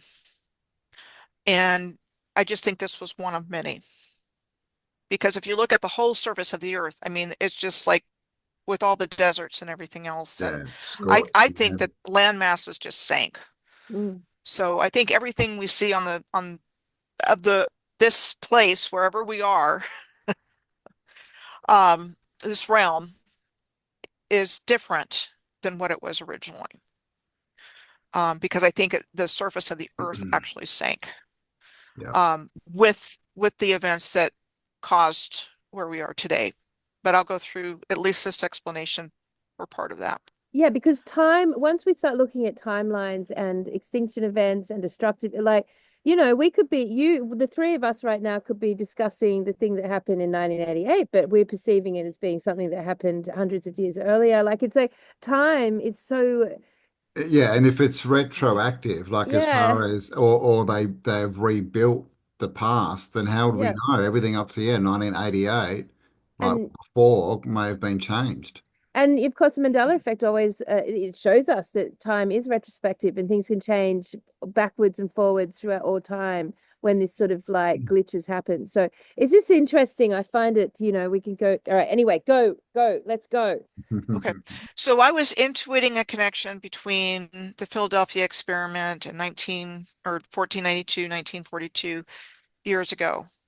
And then I found the first physical evidence that I found for this theory that the Philadelphia experiment was part of what happened here to bring us to the world that we live in today when I was doing the research for this, recovering lost history from the estuaries, pine barrens, and elite enclaves to the Atlantic Northeast coast of the United States. And I published that in January of 2023. So I started out to do the research for this, and I was just going to look at a specific place on the Great Egg Harbor River in New Jersey, a place called the Weymouth Furnace, and then move on because I was planning on looking at other places that viewers had suggested. But what I found when I got to looking at the area around the Great Egg Harbor, it pulled me into looking at the whole region. Because swamps and bogs were not the first thing that came to my mind when I think of New Jersey. Now, I grew up in Maryland, not far from New Jersey. I didn't spend much time there. I had some cousins that lived up there, but we always went up the turnpike and didn't really ever get to see the state. So I never associated swamps and bogs with New Jersey. And the Great Egg Harbor River is described as a major river that crosses the largely undisturbed pine lands, also known as the New Jersey Pine Barrens. And the soil's nutrient poor, sandy, acidic. It supports pine trees, orchids, and carnivorous plants. But from that little bit of information, I found two other places in the northeastern United States that have pine barrens, Long Island Central and Massachusetts Coastal. And found this linear relationship between the pine barrens. And then I looked it up on Google Earth and I put the pins where these names came up. So like the southeastern Massachusetts Pine Barrens in Plymouth, Massachusetts. Again, keeping in mind this is where the Pilgrims settled in 1620. You've got Montauk Point here. You've got the Pine Barrens here in central Long Island, which is around the same area where the Brookhaven National Laboratory is, where Tesla's tower was, Wardenclyffe Tower. Plum Island was a biolab that was here. That's not too, this where my arrow is, very close to Lyme, Connecticut, which is where Lyme's disease first showed up, interestingly enough. The Pine Barrens down here, and then that's right across from Philadelphia and the Navy Yard. So just to be clear, Michelle, you're literally talking about pine trees. Mm-hmm. Yeah, interesting to say. Yeah, Trees are an pine, interesting part of pineal, this. We pineal. underestimate the connection to trees, and pine trees have been planted fucking everywhere. Yeah, well, that's a Of good all point. the trees, Yeah. pine trees, plantations all over Australia for In sure. Australia, yeah, not allowed to grow older than sort of 10 years or so, but yeah, they're everywhere, the plantations Yeah, are so everywhere. it's just interesting. And then we've got the giant trees that cut down and the electromagnetic fields that relate and the intelligence of trees. There's so much connection there with trees. So go on. Sorry, I just pointed that out. Mm-hmm. And that was another part I could have added to this presentation, but that'll be for another time. Mental note, people. We're going to go through the pines at some point. And bells. And Pines bells. Bell and bells. towers. Yes, Bells. yes. So here's the apparent Aleister Crowley connection with the Philadelphia experiment. And with regards to that, I extended the Pine Barrens alignment that I found connecting the three Pine Barrens of New Jersey, Central Long Island, and coastal Massachusetts. Going to the northeast, the alignment connects to Morvah and Cornwall, which is the location of Menantoul, where he was said to have passed his son on the day of the Philadelphia experiment. And then I took it to the southwest towards Louisiana because I knew there was a train in the middle of a bayou there. And then there's trains and train tracks in the New Jersey Pine Barrens also. It was just out in the middle of nowhere. What's a bayou? It's like a swamp. A swamp. It's a swampy Okay. area. Swamp or a bog, Campbell. The what? Swamp or a bog. We should call this show Swamp or bog. Swamp or bog. Yeah. Swamp or bog. Yeah. Bayou. So again, I feel like whatever was happening when this took place just stopped. And I feel like the surface of the earth turned into swamps and these pine barrens and sank and whatever was going on just stopped. Because not only do they find giant skeletons in mounds, they also find giant skeletons at workplaces just randomly. They're digging up for a road. And I'll Yeah, talk about yeah, that right. a Yeah, little bit yeah. later on. So they're found everywhere. And I feel like everything was just like Yeah, yeah. buried. And it's interesting the ritual too in Menonol. Like they pass someone through a torus, a stone ring, almost like a stargate, right? It's almost like the passing from one timeline to another, maybe. So these are connections that I found with that event that seem to provide evidence, physical evidence for Mm. this happening. And We so need a I've Google really looked Flat in Earth. depth. It's very confusing. We need Google Flat Earth, right? Yeah.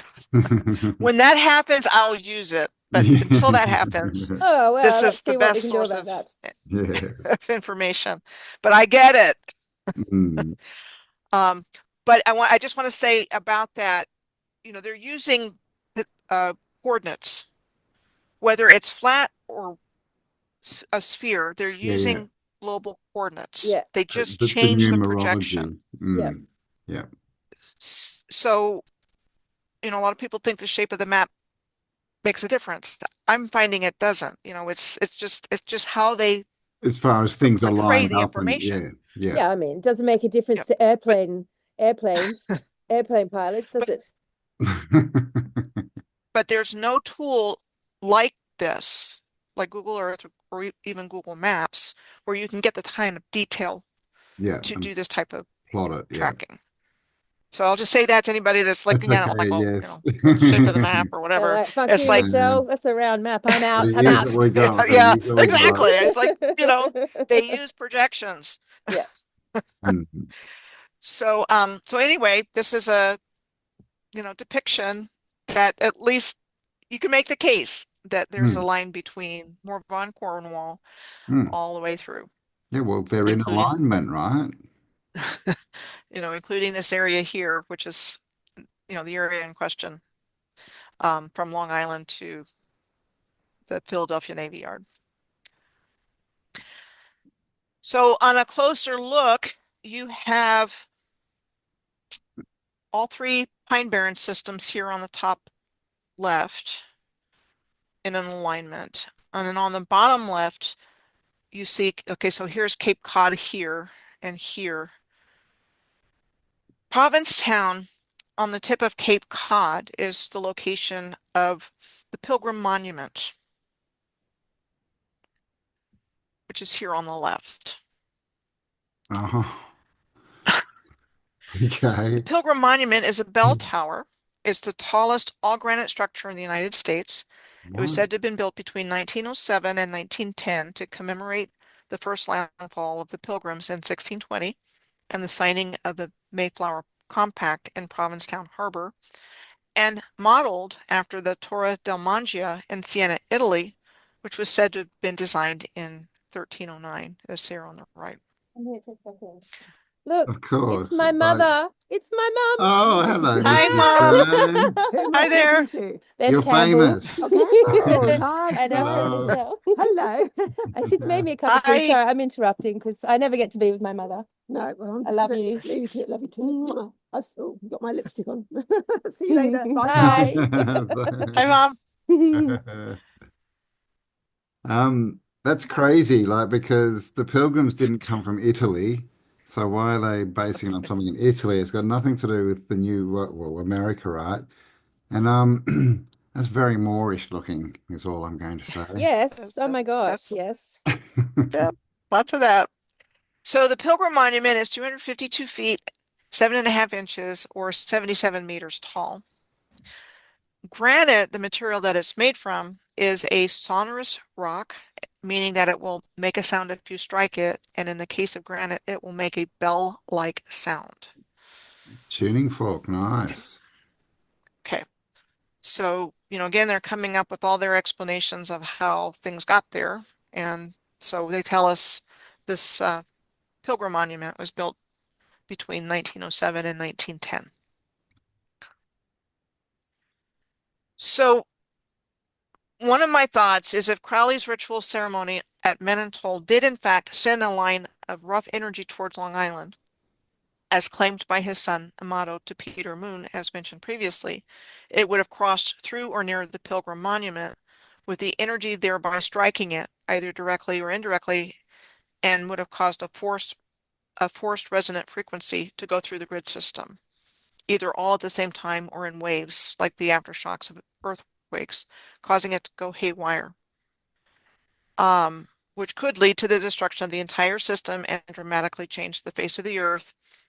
And consider the possibility that the manipulation of time and space involved in the Philadelphia experiment could have also carried this forced resonant frequency back in time to create the cataclysmic event, as opposed to something that happened in the present moment. Okay, so it was done from 1942, basically. So, do you think that the grid is the worldwide grid, is that projecting reality, our reality, or at least giving us the frequency as which this reality is lived out in? Because what you just said sounded like they've used that grid, like this tuning fork, basically, right, to send their different intention and frequency through in, and that's entered and changed the reality, right, that's being projected. That's a way of interpreting it. I'm just trying to figure out how this could have happened with the Philadelphia experiment and nobody know. Mm, I'm thinking maybe this carried the Philadelphia experiment and the energy that was created by this ceremonial ritual act mm. could have, in fact, taken it back through time, creating the time manipulation. Uh, It's just yeah. it's just a thought, but I do think that sound was involved in what happened here, because not only do you have bell towers like this, you also have the great organs Yeah.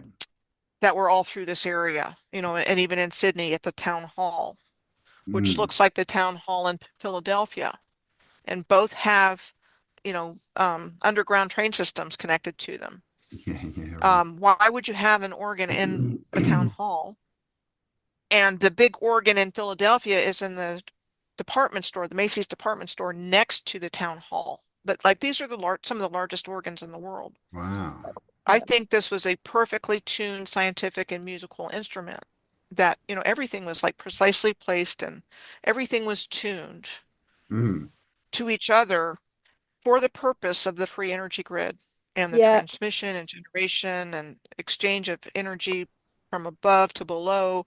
It was all perfectly tuned. So I think one non-resonant frequency, and if you look up non-resonant frequency like on YouTube, it will cause destruction.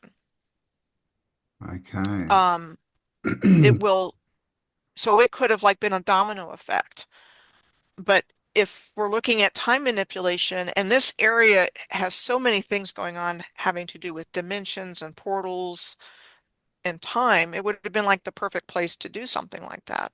And and there's Um, there's a lot to say about the fact that this whole realm that we exist on is about properly is like the organic consciousness needs to be properly tuned.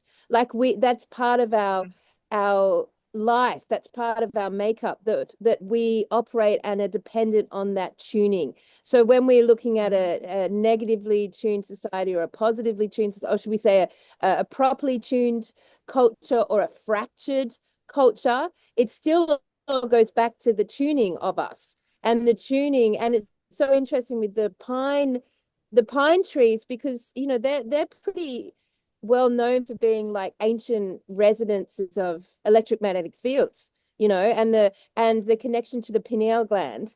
And so the pine trees would act like I guess an antenna, a natural antenna.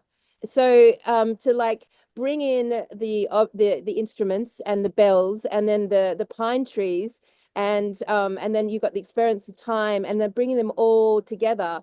We're either being tuned properly or we're being fractured properly, but they have to all be in operation to either be tuned properly or fractured properly. So either way, we are dependent on a process in this reality of being tuned by something into something. Like, I don't think we would be able to perceive reality without the tuning, is what I'm saying. We're Right. dependent on it. Right. Our Yeah, existence, our mm. connection to perception is dependent on being tuned. So I would say that all this time manipulation and all the experiments obviously have to be founded in any way that facilitates or fractures that tuning process. It's like radio or, old-fashioned TV, right? You Yeah. put the tune into the right channel and that's what you experience. Yeah. Right.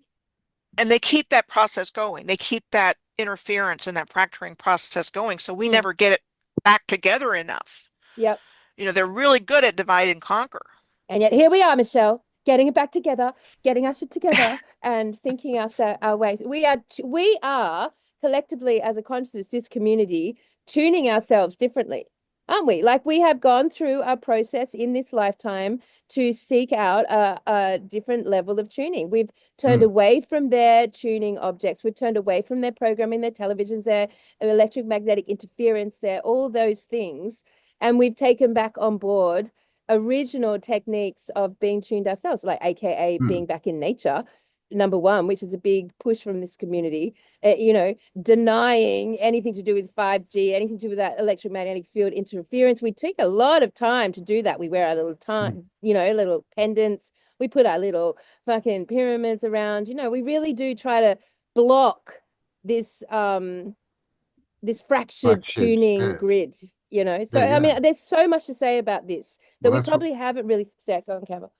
that's why we can see different things, right? Like we've changed the channel. We're watching the Exactly. X-Files and everyone else is still on Days of Our Lives. Exactly. We've tuned into a different reality, and we've become, even unconsciously, we've spent a lot of time putting objects and places and experiences into our realms that facilitate an organic tuning of ourselves. And Which just would be one more point is on the 80s is that's when synthetic music came in, like the Indeed. synthesizers, Yes. right, in the 80s. Yes, Oh, indeed. new romantic kind of wave. Yeah. Yep. And that's a really good description of what started happening to me in like 2015, 2016, sometime in that time period, when I started seeing things come out of the environment around me. I started seeing this when I saw, I mentioned Pinnacle Mountain in Arkansas and the big megalithic stones everywhere. And I'm like, am I the only one that's seeing this? And every time I left the house, once I started to see it, once I had pierced the veil and my perception had shifted, it was like everywhere. That was about 10 years ago. Mm. And I knew I was the only one seeing it. It's like, eeks. But it was like tuning into something completely different. Yeah. And it is stressful, when nobody else sees it. Yeah, man. It's like, Yep. Black sheep so that was a syndrome. big push to me doing, starting to do this. Because at least give people the option. Do you see this? Do you believe this? Do you not? That's fine. Whatever you resonate with. But it's, I think, at least important to put it out there. Yeah, I well, mean, at the end of perspective is the not allowed anymore. Sorry, but they at brought the the fact checkers sorry. in. Sorry, Cam. You go. No, please. Go No, ahead. I've Did you finish? finished. Go ahead. I have finished. Yeah, I mean, like, to me, like, if we talk from this conversation, like, this experience we're in right now, this battle, it's basically who controls the tuning fork. Like, that's sort of what it feels like to me. Who's controlling the tuning fork? How sophisticated is their understanding of how dependent we are on the tuning fork as a biological, vehicle on this realm? Like, it determines our whole perception of reality. So we're at a war with the tuning fork right now. And what you've described so far, Michelle, is sort of like the play on like taking control of that tuning fork since the beginning of this reset, at least. So let me bring Aleister Crowley into the picture. And it's my belief. Bring him in. My belief that he was directly responsible for bringing us to Crazy Town. He was known openly as the wickedest man in the world. And I'm sure some of you will be aware of who this person is, but I would surmise that this name would be unfamiliar to most people. And I learned about him from Peter Moon's books, and he really spent a lot of time on this guy. Yep, me too. Yeah. And where I really learned about how this timeline has been occulted. the movies that we've talked about already. I remember the Sherlock Holmes movie with Robert Downey Jr. Yes. that came out several years ago, and the opening scene of that was a satanic ritual. Interesting, because that We was don't kind even, of the movie that brought him back, wasn't it? He was he was a massive, like, I think, ice addict, almost killed himself, Robert Downey Jr., destroyed his career. And that, I'm pretty sure that was the first movie that kind of brought him back. So that's interesting. That was all Yeah, about I mean, satanic ritual, right?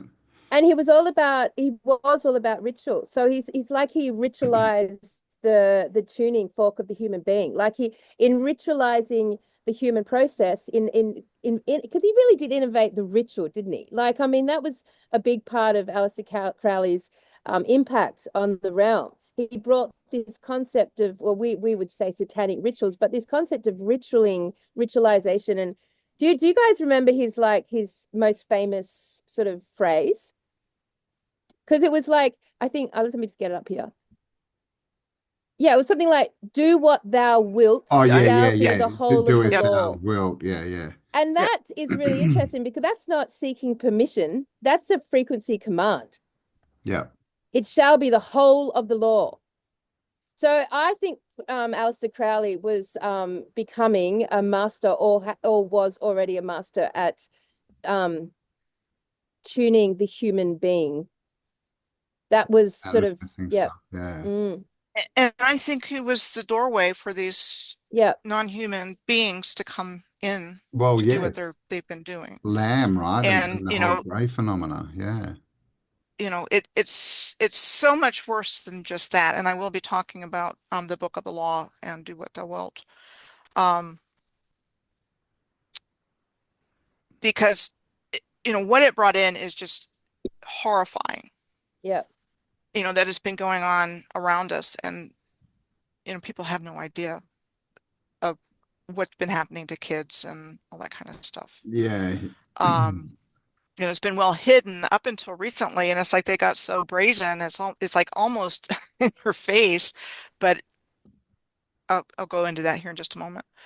Yeah. So, Crowley was also known as the Beast, Beast. which is what his mother called him when he was young, and his father died when he was 11. So he and his mom didn't really get along, but that was him. Interesting. 11, the There are many troll. details to find online about Crowley's controversial life and times, so I will cut to the chase. He was highly involved in Freemasonry and in ceremonial magical practices, including sex magic, and he was known to have been bisexual. He also assumed the title of Baphomet within the Ordo Templi Orientis, aka OTO, originally founded in the early 20th century by German occultists and modeled after Freemasonry. So this Crowley was one of 3 Baphomets that I know of. Albert Pike was a Yeah. Yeah. Baphomet Mm. in Freemasonry, and so was Henry Clausen. And Henry Clausen authored the report on the bombing of Pearl Harbor. Oh, okay. It's the only thing I know that he's known for, but apparently he was high up in Freemasonry. And then Crowley was Baphomet of OTO. So when was Pearl Harbor? Was And that 42 as well? it was 41. It was December 7th 41. of 1941. Yeah. So it is possible that through Crowley, a different entity or a different thing, well, I don't even know what the right word would be. Let's just say entity, Yeah. like started to work through him, and that process like gave birth to all of the shit in our reality, AI, EMFs, all that shit.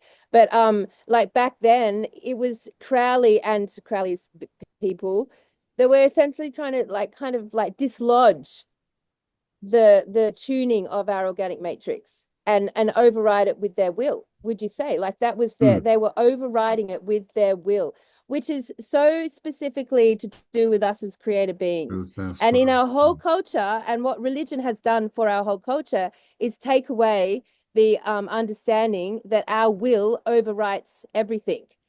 So, when you say so be it, or it is done, it is a command. It's not a prayer, it's not a hope, it's not a wish, it's a command. And we as a society have become so weak. with our commands. It's almost politically unacceptable to command anything these days. You know, we become weak in that, but Crowley demonstrates the opposite. They were all about overriding it with their will. Sorry, side note, go on. Yeah, oh, absolutely. So Crowley described the Baphomet as a divine androgyny and the hieroglyph of divine perfection. Okay. So again, this is what are we seeing Yeah, fast playing out forward to living color 2020, today? right? Yeah. Yeah, let's Okay. go. So I'm just saying, I mean, in terms of explaining how we got here, Mm. this to me is very logical and plausible. Yeah. I mean, yeah, it's So I interesting. believe this information is quite relevant to the bizarre agendas we see playing out in the world today. The image on the left popped up when I searched for they want to turn us into them That's instead of us being in interesting. the image of God on the right. Yeah. Yep. So they want to completely change humanity into something unrecognizable from, Yeah, the false creation, basically, right? yeah. And I see transgenderism as a step towards transhumanism, which is their Oh, Yeah. goal. totally. Totally. So, I mean, Yeah. I don't care what an adult wants to do, whatever. You want to do that, whatever. Don't you shove it down our throats. Don't force it on kids. Yeah, Shut I the mean that's None doors. of that. a And that's total where we are. that's a total agenda, and it's been linked to the gay and lesbian communities, which was, you know, so it's been such an agenda. And it, you know, it It's just an leads agenda. its way. What we're watching the other day, Campbell, it just leads its way to this, what is it, LGBTQ Oh, something yeah, yeah, plus. yeah. And the plus Mhm. is what it's all leading to, which is, you Right. know, the acceptance of minor attracted adults. That's the plus that they're bringing in. Yeah. Right. Which is another way of saying adults and children. They want to normalize pedophilia. Yeah. Okay. It's, you know, this is what we're seeing play out. So Totally. Crowley claimed that when he was honeymooning with his wife, Rose Kelly, in Cairo, Egypt, he was contacted by a disembodied entity named Iwas, who provided him Yep. with the Book of the Law, which Book of the became the Law. basis for Thelema, an esoteric and occult religious movement that Crowley founded in the early 1900s. And Crowley identified himself as a prophet of a new era of spiritual development for humanity. The basic tenet of the Book of the Law and Thelema is do what thou wilt shall be the whole of the law. In other words, you can do anything you want without guilt, no matter how bad it is or how much it hurts others. So it's just like took like sovereignty to the extreme, Yeah, yeah. being a spiritual being, being a spiritual divine being that humanity is having a human experience to its worst manifestation, Mm. and promoted by this, by the system, which is how we got to all the stuff we were just talking about. And it's not really surprising that the first OTO lodge in the United States was the Agape Lodge or the Star Sapphire Lodge, which was the Agape Lodge in Hollywood, in Los Angeles. Of course, it was in And that was Hollywood. established in 1935.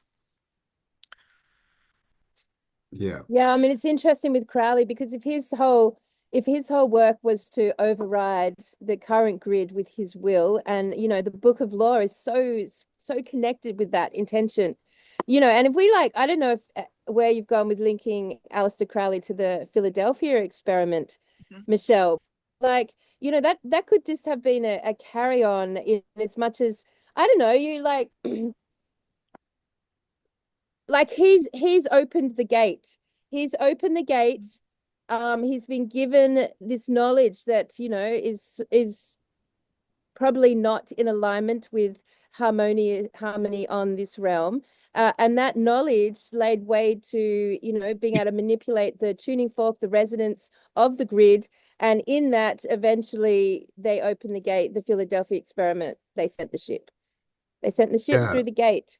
I mean, it It's sounds like the ideas have come through, but they haven't had the technology, right, to get it done.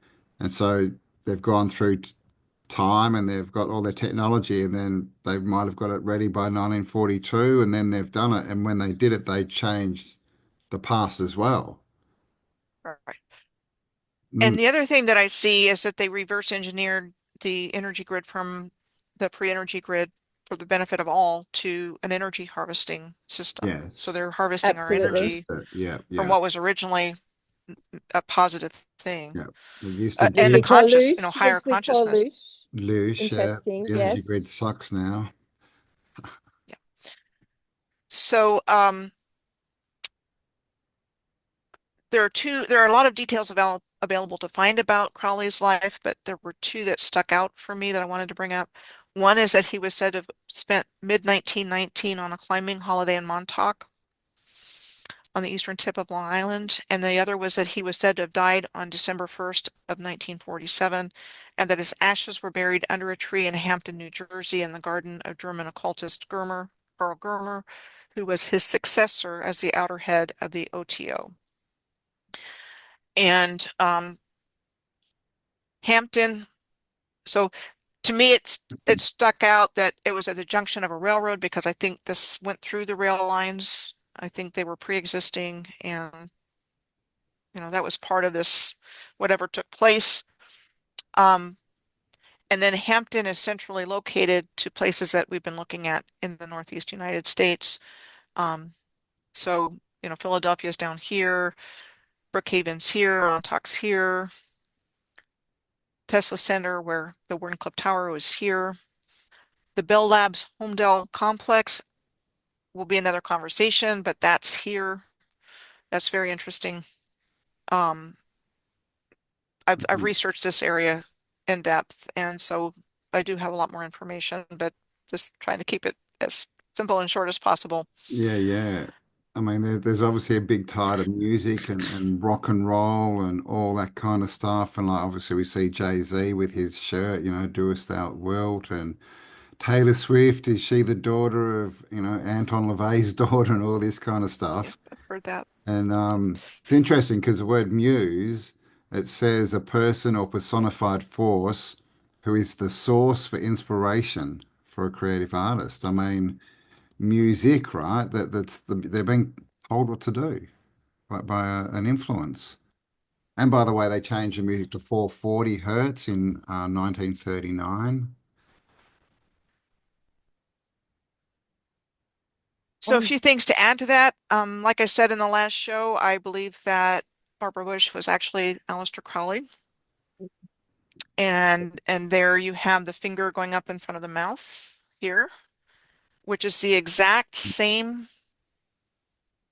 gesture as what's called the Shh statue, which was erected in October of 21 in Jersey City across the Hudson River from Manhattan.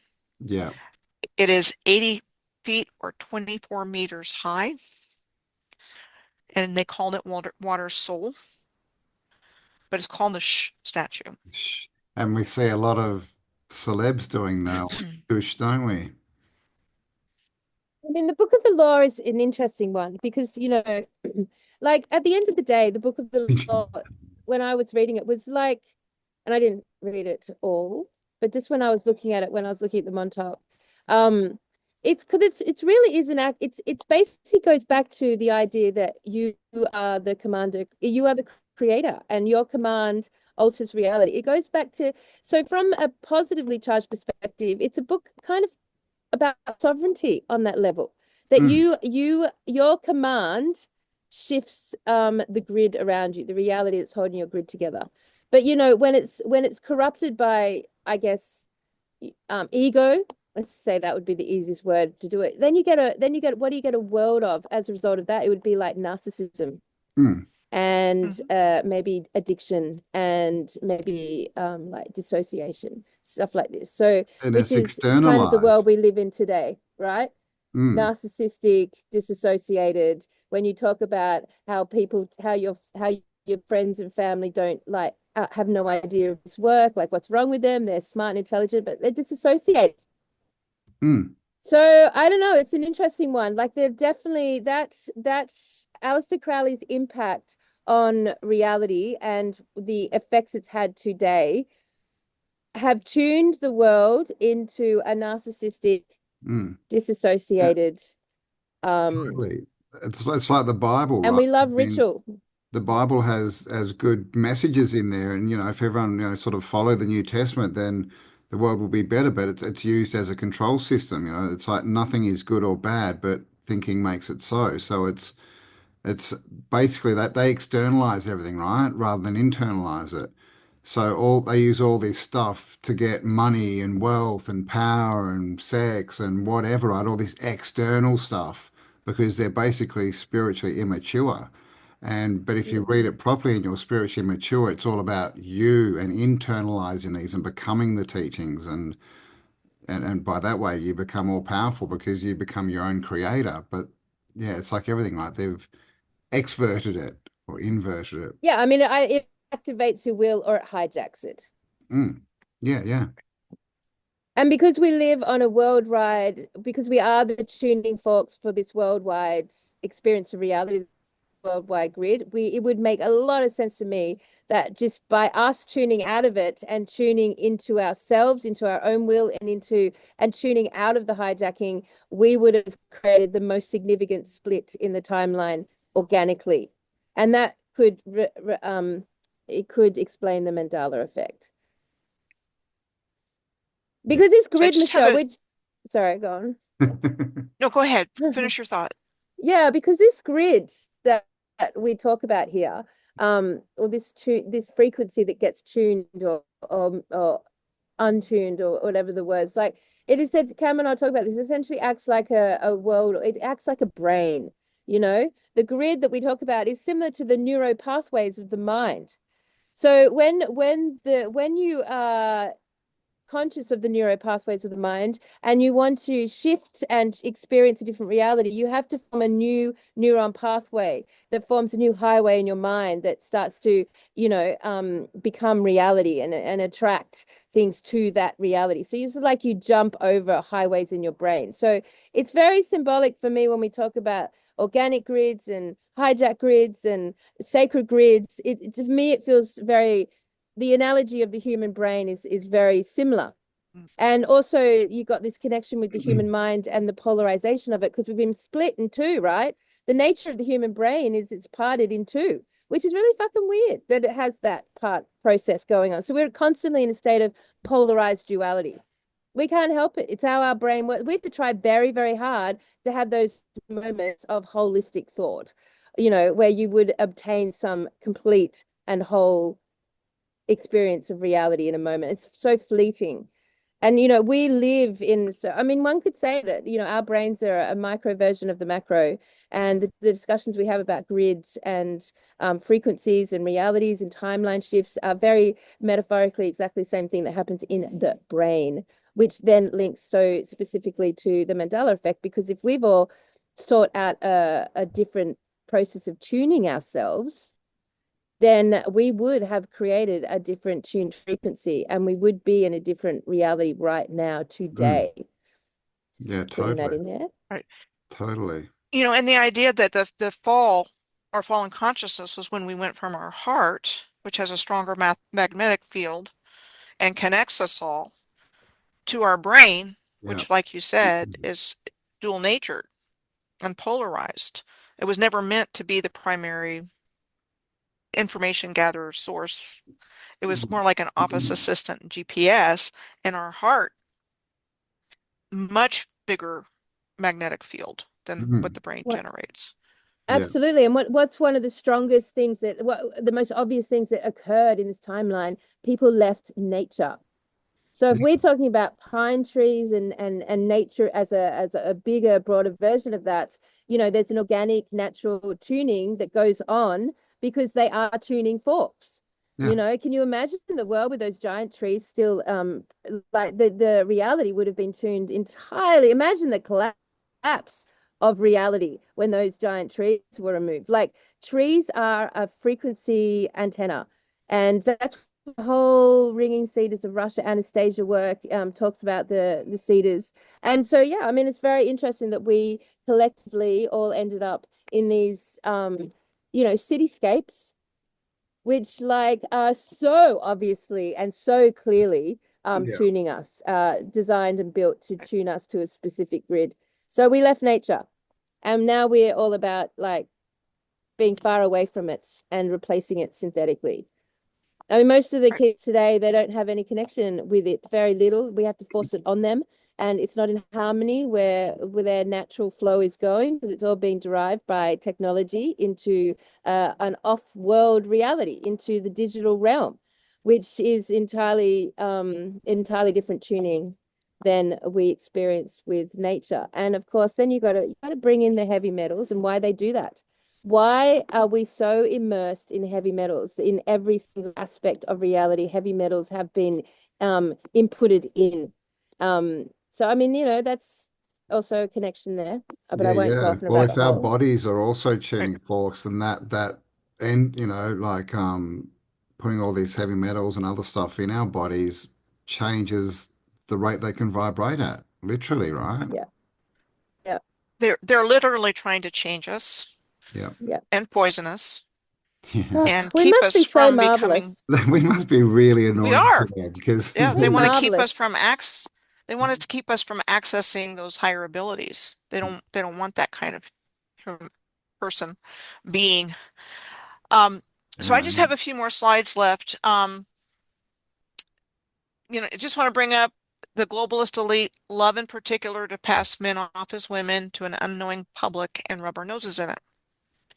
And these are just two of countless examples. yes, And yes. there are a lot of them.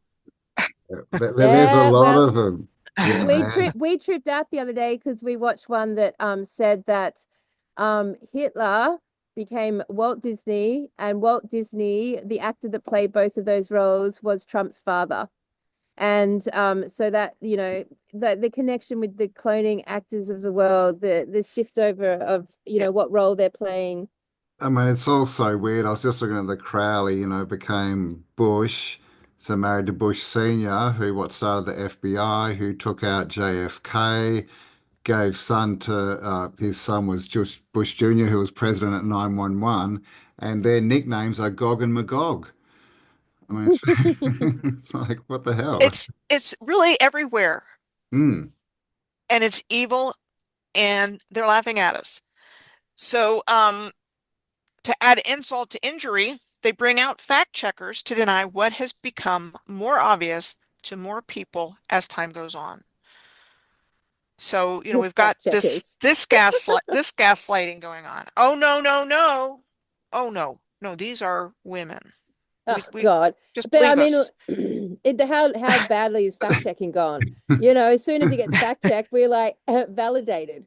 Like Just, it's so hasn't just worked that way. there's a few pictures of Michelle Obama standing around with other women, and from the back, Yeah. like her back, she's like a bloody linebacker, man. Yeah, She's twice the size of all the other women. Well, hey, sorry. and the So biggest thing is when they wear pants, you Dance catch on it the right Ellen. way, and there it is, so There's a it's lot of that out there. so basically from the example of Aleister Crowley, and if we did connect the Philadelphia experience to yet another ritual of sending a ship through a portal, like sending the ship through the gate, like we've achieved it. So, like every single event that occurs on this realm would be part of that ritualistic, you know, tuning process that they have been, that our whole reality has become about. So every single event, every single thing that basically, if it makes the news, it's probably most likely part of their so yeah, I mean, like, because Totally. how would these events occur without that? They're so unnatural. They're so unnatural, all these disasters. Mm. Yeah, Right. yeah, that they tune us, and I think we're causing at least half of it, right, as far as energy wise, because we believe it, and when we're creative spirits, But now we don't. So but now now we have we to, don't. by that Exactly. nature, have a rift in reality. Mm. So you can look at it as spells being broken. Yeah. The Yeah, binding and all that stuff isn't working anymore. yeah, man. Um, and then we saw that same gesture earlier with Barbara Bush and the statue, they're Yeah. don't tell anybody. Um, but then Paul Oh, yeah. being rumored to be Billy Shears for the Ah, longest time, and then Billy interesting. Shears is rumored to be Crowley's son, and that Crowley MK altered him for 10 years before Crowley's death. Wow. Crowley You was know, on the no one cover of. has proof, Yeah. but it was thought It was- by. Sorry, you go. So there he is on the cover of Sergeant Pepper. Yes, that's what I was going to say. He's right there. And that was what came up when I looked to see if I could find anything online saying that Billy Shears was Crowley's son. And somebody pointed me, this was a comment that was left on a video where this was brought up. The Tavistock Institute is in Cornwall, which has had a lot of influence on the music. You know, the occult and the demon music followed, this person said. And then I mentioned, okay, so Crowley was on the cover of Sergeant Pepper. I mentioned this the last time we talked about what appears to be the burning towers in the album cover of the New World Tour of Paul McCartney's. Yep. Here, That's when I crazy, pulled that that up. picture, yeah. And then you have the 2012 Olympics opening ceremony in London. Yes, yes. And this is memorable. This is the most memorable thing that I can think of from that. I didn't even watch the Olympics, but I remember something about this, where you have the really creepy dance performance with the nurses and the children in hospital cribs and Voldemort looking like a giant Grim Reaper Yeah. towering above it all. And Russell Brand Okay. as the Pied Piper. There's also a pepper parade in the 2012 Ah, Olympics opening I ceremonies. didn't know that. I I haven't didn't know seen that. that. Sergeant Pepper's, gee. Oh, wow. Interesting. And The of course, Rosalind Franklin Laboratory. I was going to say all the I just have pyramids around the outside of it. Sorry. It's okay. I just have just two more slides, I think.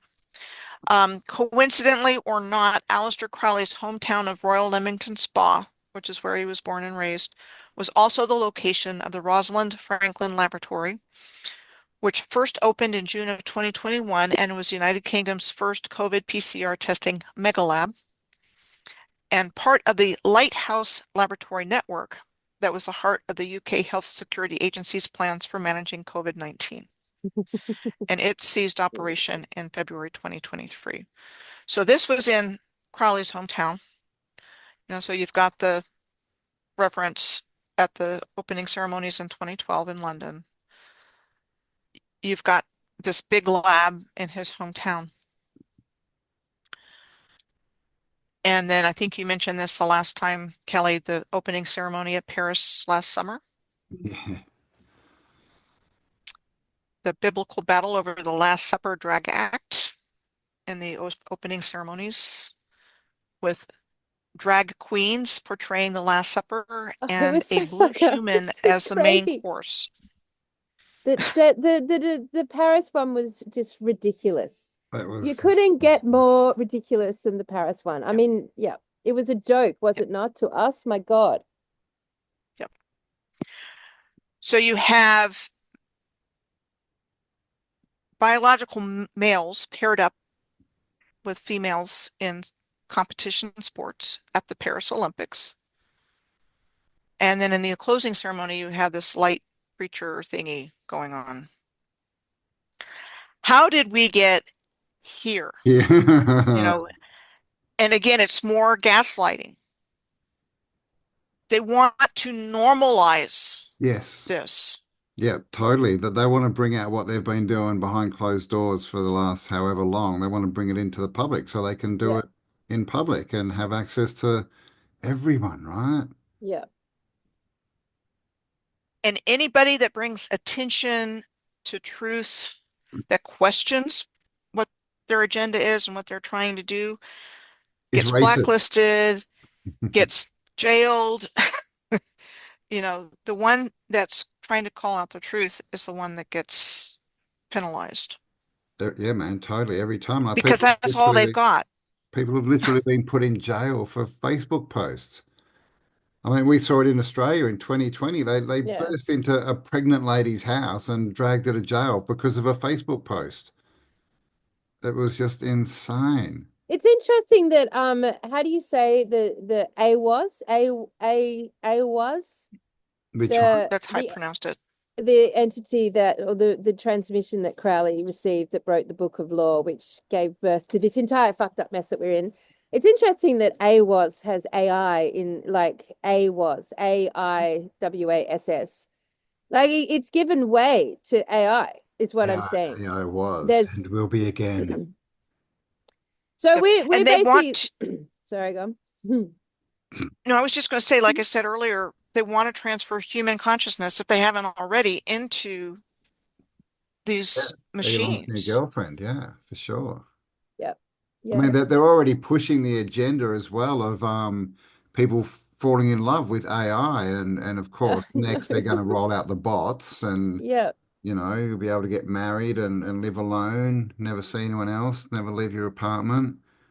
So it's yeah. But the most disappointing thing is, it seems that some people are still going along with this. So that's my That's it. presentation for today. That was And, cool. just for your consideration, to explain how things got so mucked up. I mean, it's good. It's interesting because, Yeah. like Alistair, looks like he was the first one to Trans Am himself, right? Like he turned into a woman, and then that's what we see continuing through all the stars, right? Which of course stars, Hollywood stars, fallen angels. It's all the same kind of language, right? And now we see them doing their rituals in front of us, and I mean, you wouldn't want to have like a little kid these days with all the pop music, man, and all the people they've put up in front of them to be their idols and that. They're all just, I mean,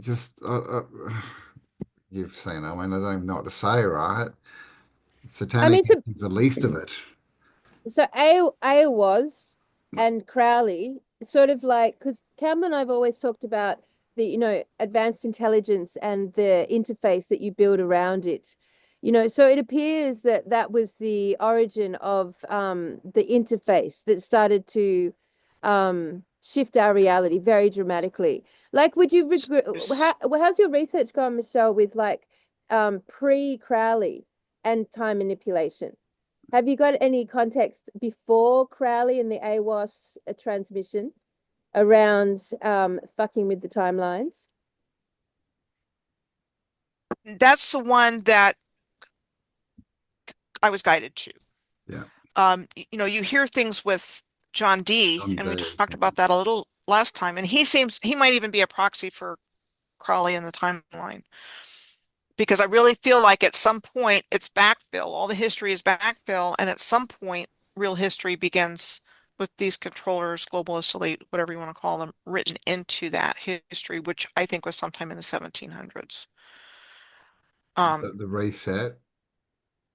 Yeah, and that they've been like bringing things back online so they could use them. The example of the trolley cars or trams that were pulled by horses, and then they were electrified, and then they were taken out. So I feel like they had to use horses to get them going to use them, because originally it was all free energy. And so they needed something. They needed to get the railways back online so they could haul the mining um, ore and gold and whatever they happened to be mining. So it was like they got to work right away harvesting everything that they could harvest. So whether it was the mines or the trees or you name it, the people, Yeah. they were redirecting, repurposing so they could get everything possible out of this realm, which I believe they don't care a bit about. You know, get everything out of here and then destroy it is kind of what I think they have in mind or had in So mind. I don't see we, them getting away with it, but where, that's what I see where we were going. where It's do you think they're interesting. Sorry. taking the stuff to? Like back to a different timeline? Like, is that possible? They get everything they can out of here, including humanity stuck in cyborgs, and go somewhere else. This place is trashed. Again, I don't think they're going to get away with it. I really don't. But that's No. definitely Well, it's where we were going. interesting. It's interesting, Michelle, because one of the conversations that Cam and I had the other day, which like as far as the idea of them getting away with it, is an interesting one because we've always put the experience of the Mandela effect in a certain as in it's happening to us now and we're remembering the old timeline. Cam, you can explain this because this was your theory. But the idea that they're getting away with it may be not at all connected to the timeline we sit on. Like that we're already in a different timeline to them, that we're like viewing this almost retrospectively as an observer, that it's not our timeline. So yeah, go through that Well, little theory we had the other day, well, Cam. I'll let you explain because it was should we yours, do it darling. next time? Yours. We've been going 2.5 hours, and that's a big topic. So should we maybe do that on our next chat? Anyway, yeah, go on. Just get a little bit in, little Well, bit in. Come on, let's just go. a little Let's bit go. is basically, so we see the Mandela effects. We think that, we've got this view of what's original, right? So there used to be Berenstain, right? That's our original thought's been changed to Berenstain. Well, what if that original thought is actually been implanted? So we've switched timelines, or we've changed our perception of time and our frequency. So the new timeline is actually what we think of as the old. Does that make sense? And so everyone who's going, no, no, no, it's always been Berenstain, is because it has. We've changed our perception because when we've moved up in frequency, everything changes retrospectively. So I see it as more the reverse of what most people are looking at. They're looking at, oh, well, everyone else is crazy. It's always been like this. But maybe what we see is the change because we're the ones that are changing. Yes, yes. So we will go into that with the next show, Yes. everyone. But it's a Very fascinating brutal theory. concept. It is a fascinating concept that we are the ones that are on the new timeline. We're not the ones who are remembering the old timeline. So anyway, it would flip the whole conversation that we have around time manipulation and what's happening to us specifically on this realm right now. And I've always found it would be so fascinating, would it not, to have three other people on this show that have no relationship to this whatsoever. It's not in their reality. They don't even acknowledge it. They're disassociated. It's like completely bizarre and science fiction. Up along our conversation, you would see a very specific time difference in timelines. We're so different now in timelines that they don't even it's not even their reality at all. It ceases to exist. It doesn't exist. So there are two timelines running here. But which one are we on is the question. Yep. Just another side note. Yes, yes. But we We're will go into determined that to on our figure this next one show. out, is what I'm Yeah. saying.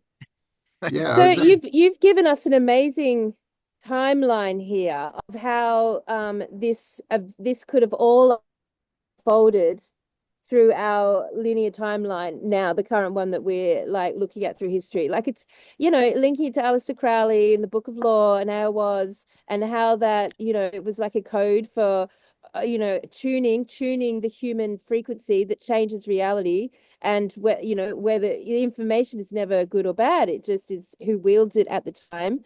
The connection with pine trees, absolutely such a good connection. I hadn't thought about it in that way before, but it makes so much sense. So much sense.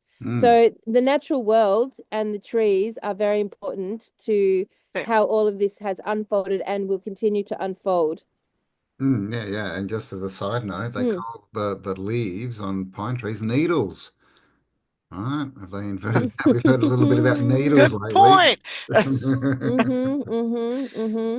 Yeah. Indeed.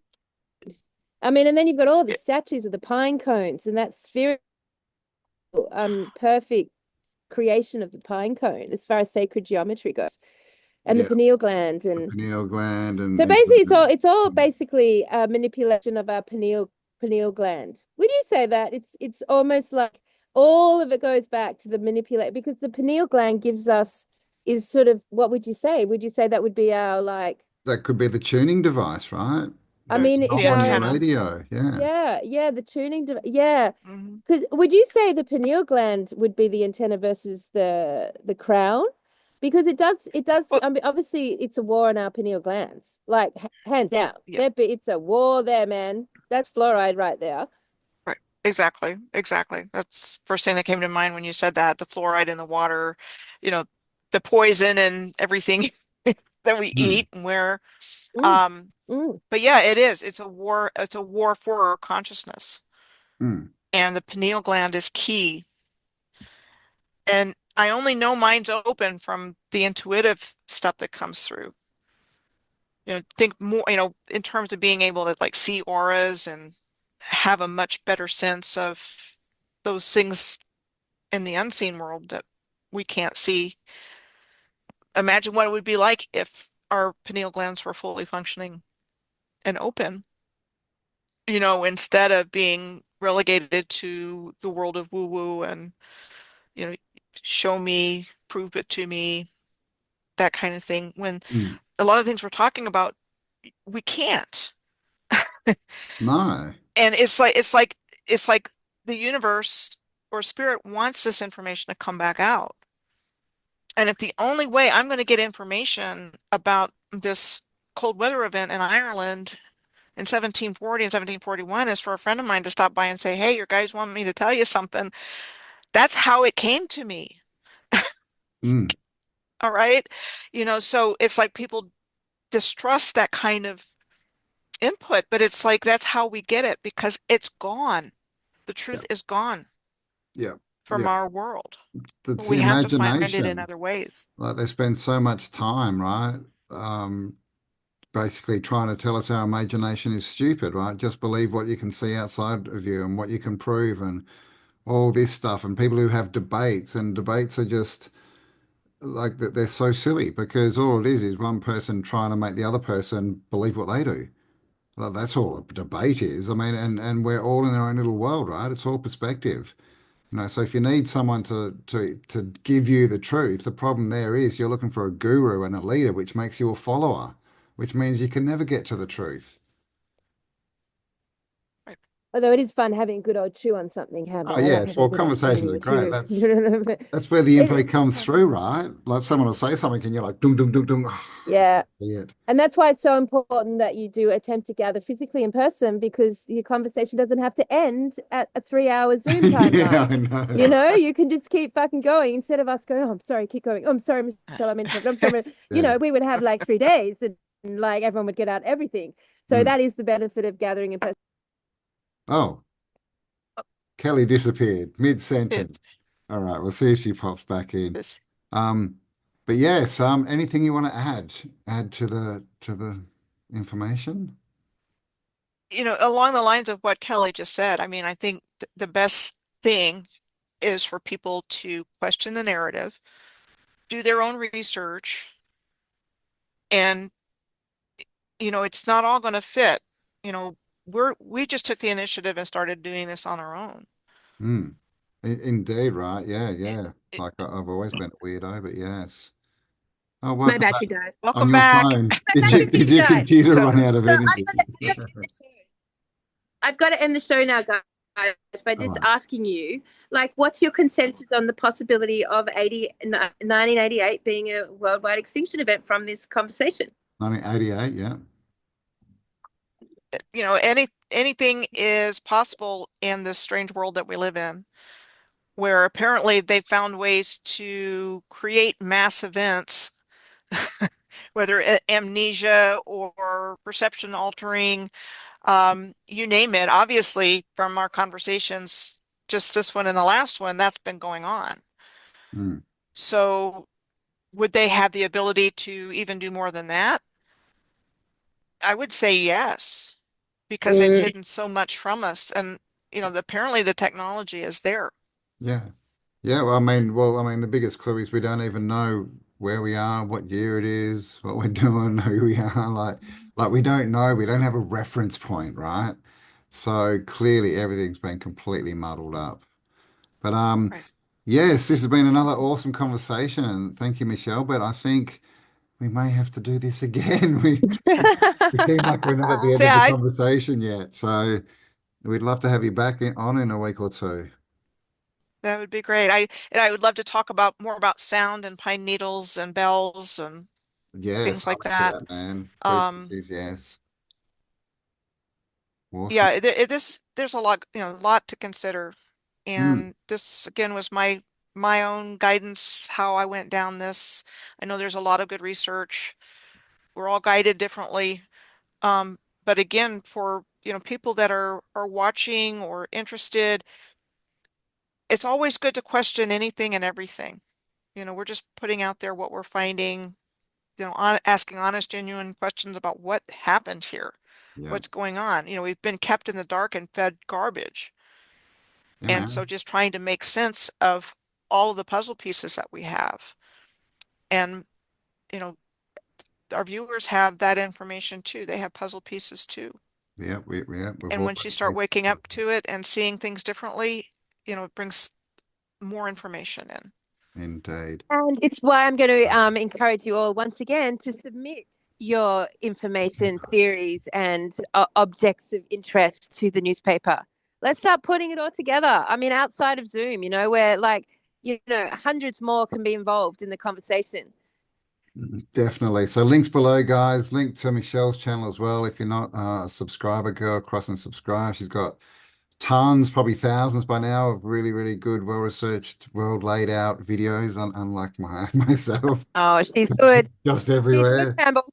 She's She makes us look like a big, fat 3-year-old mess, you and me.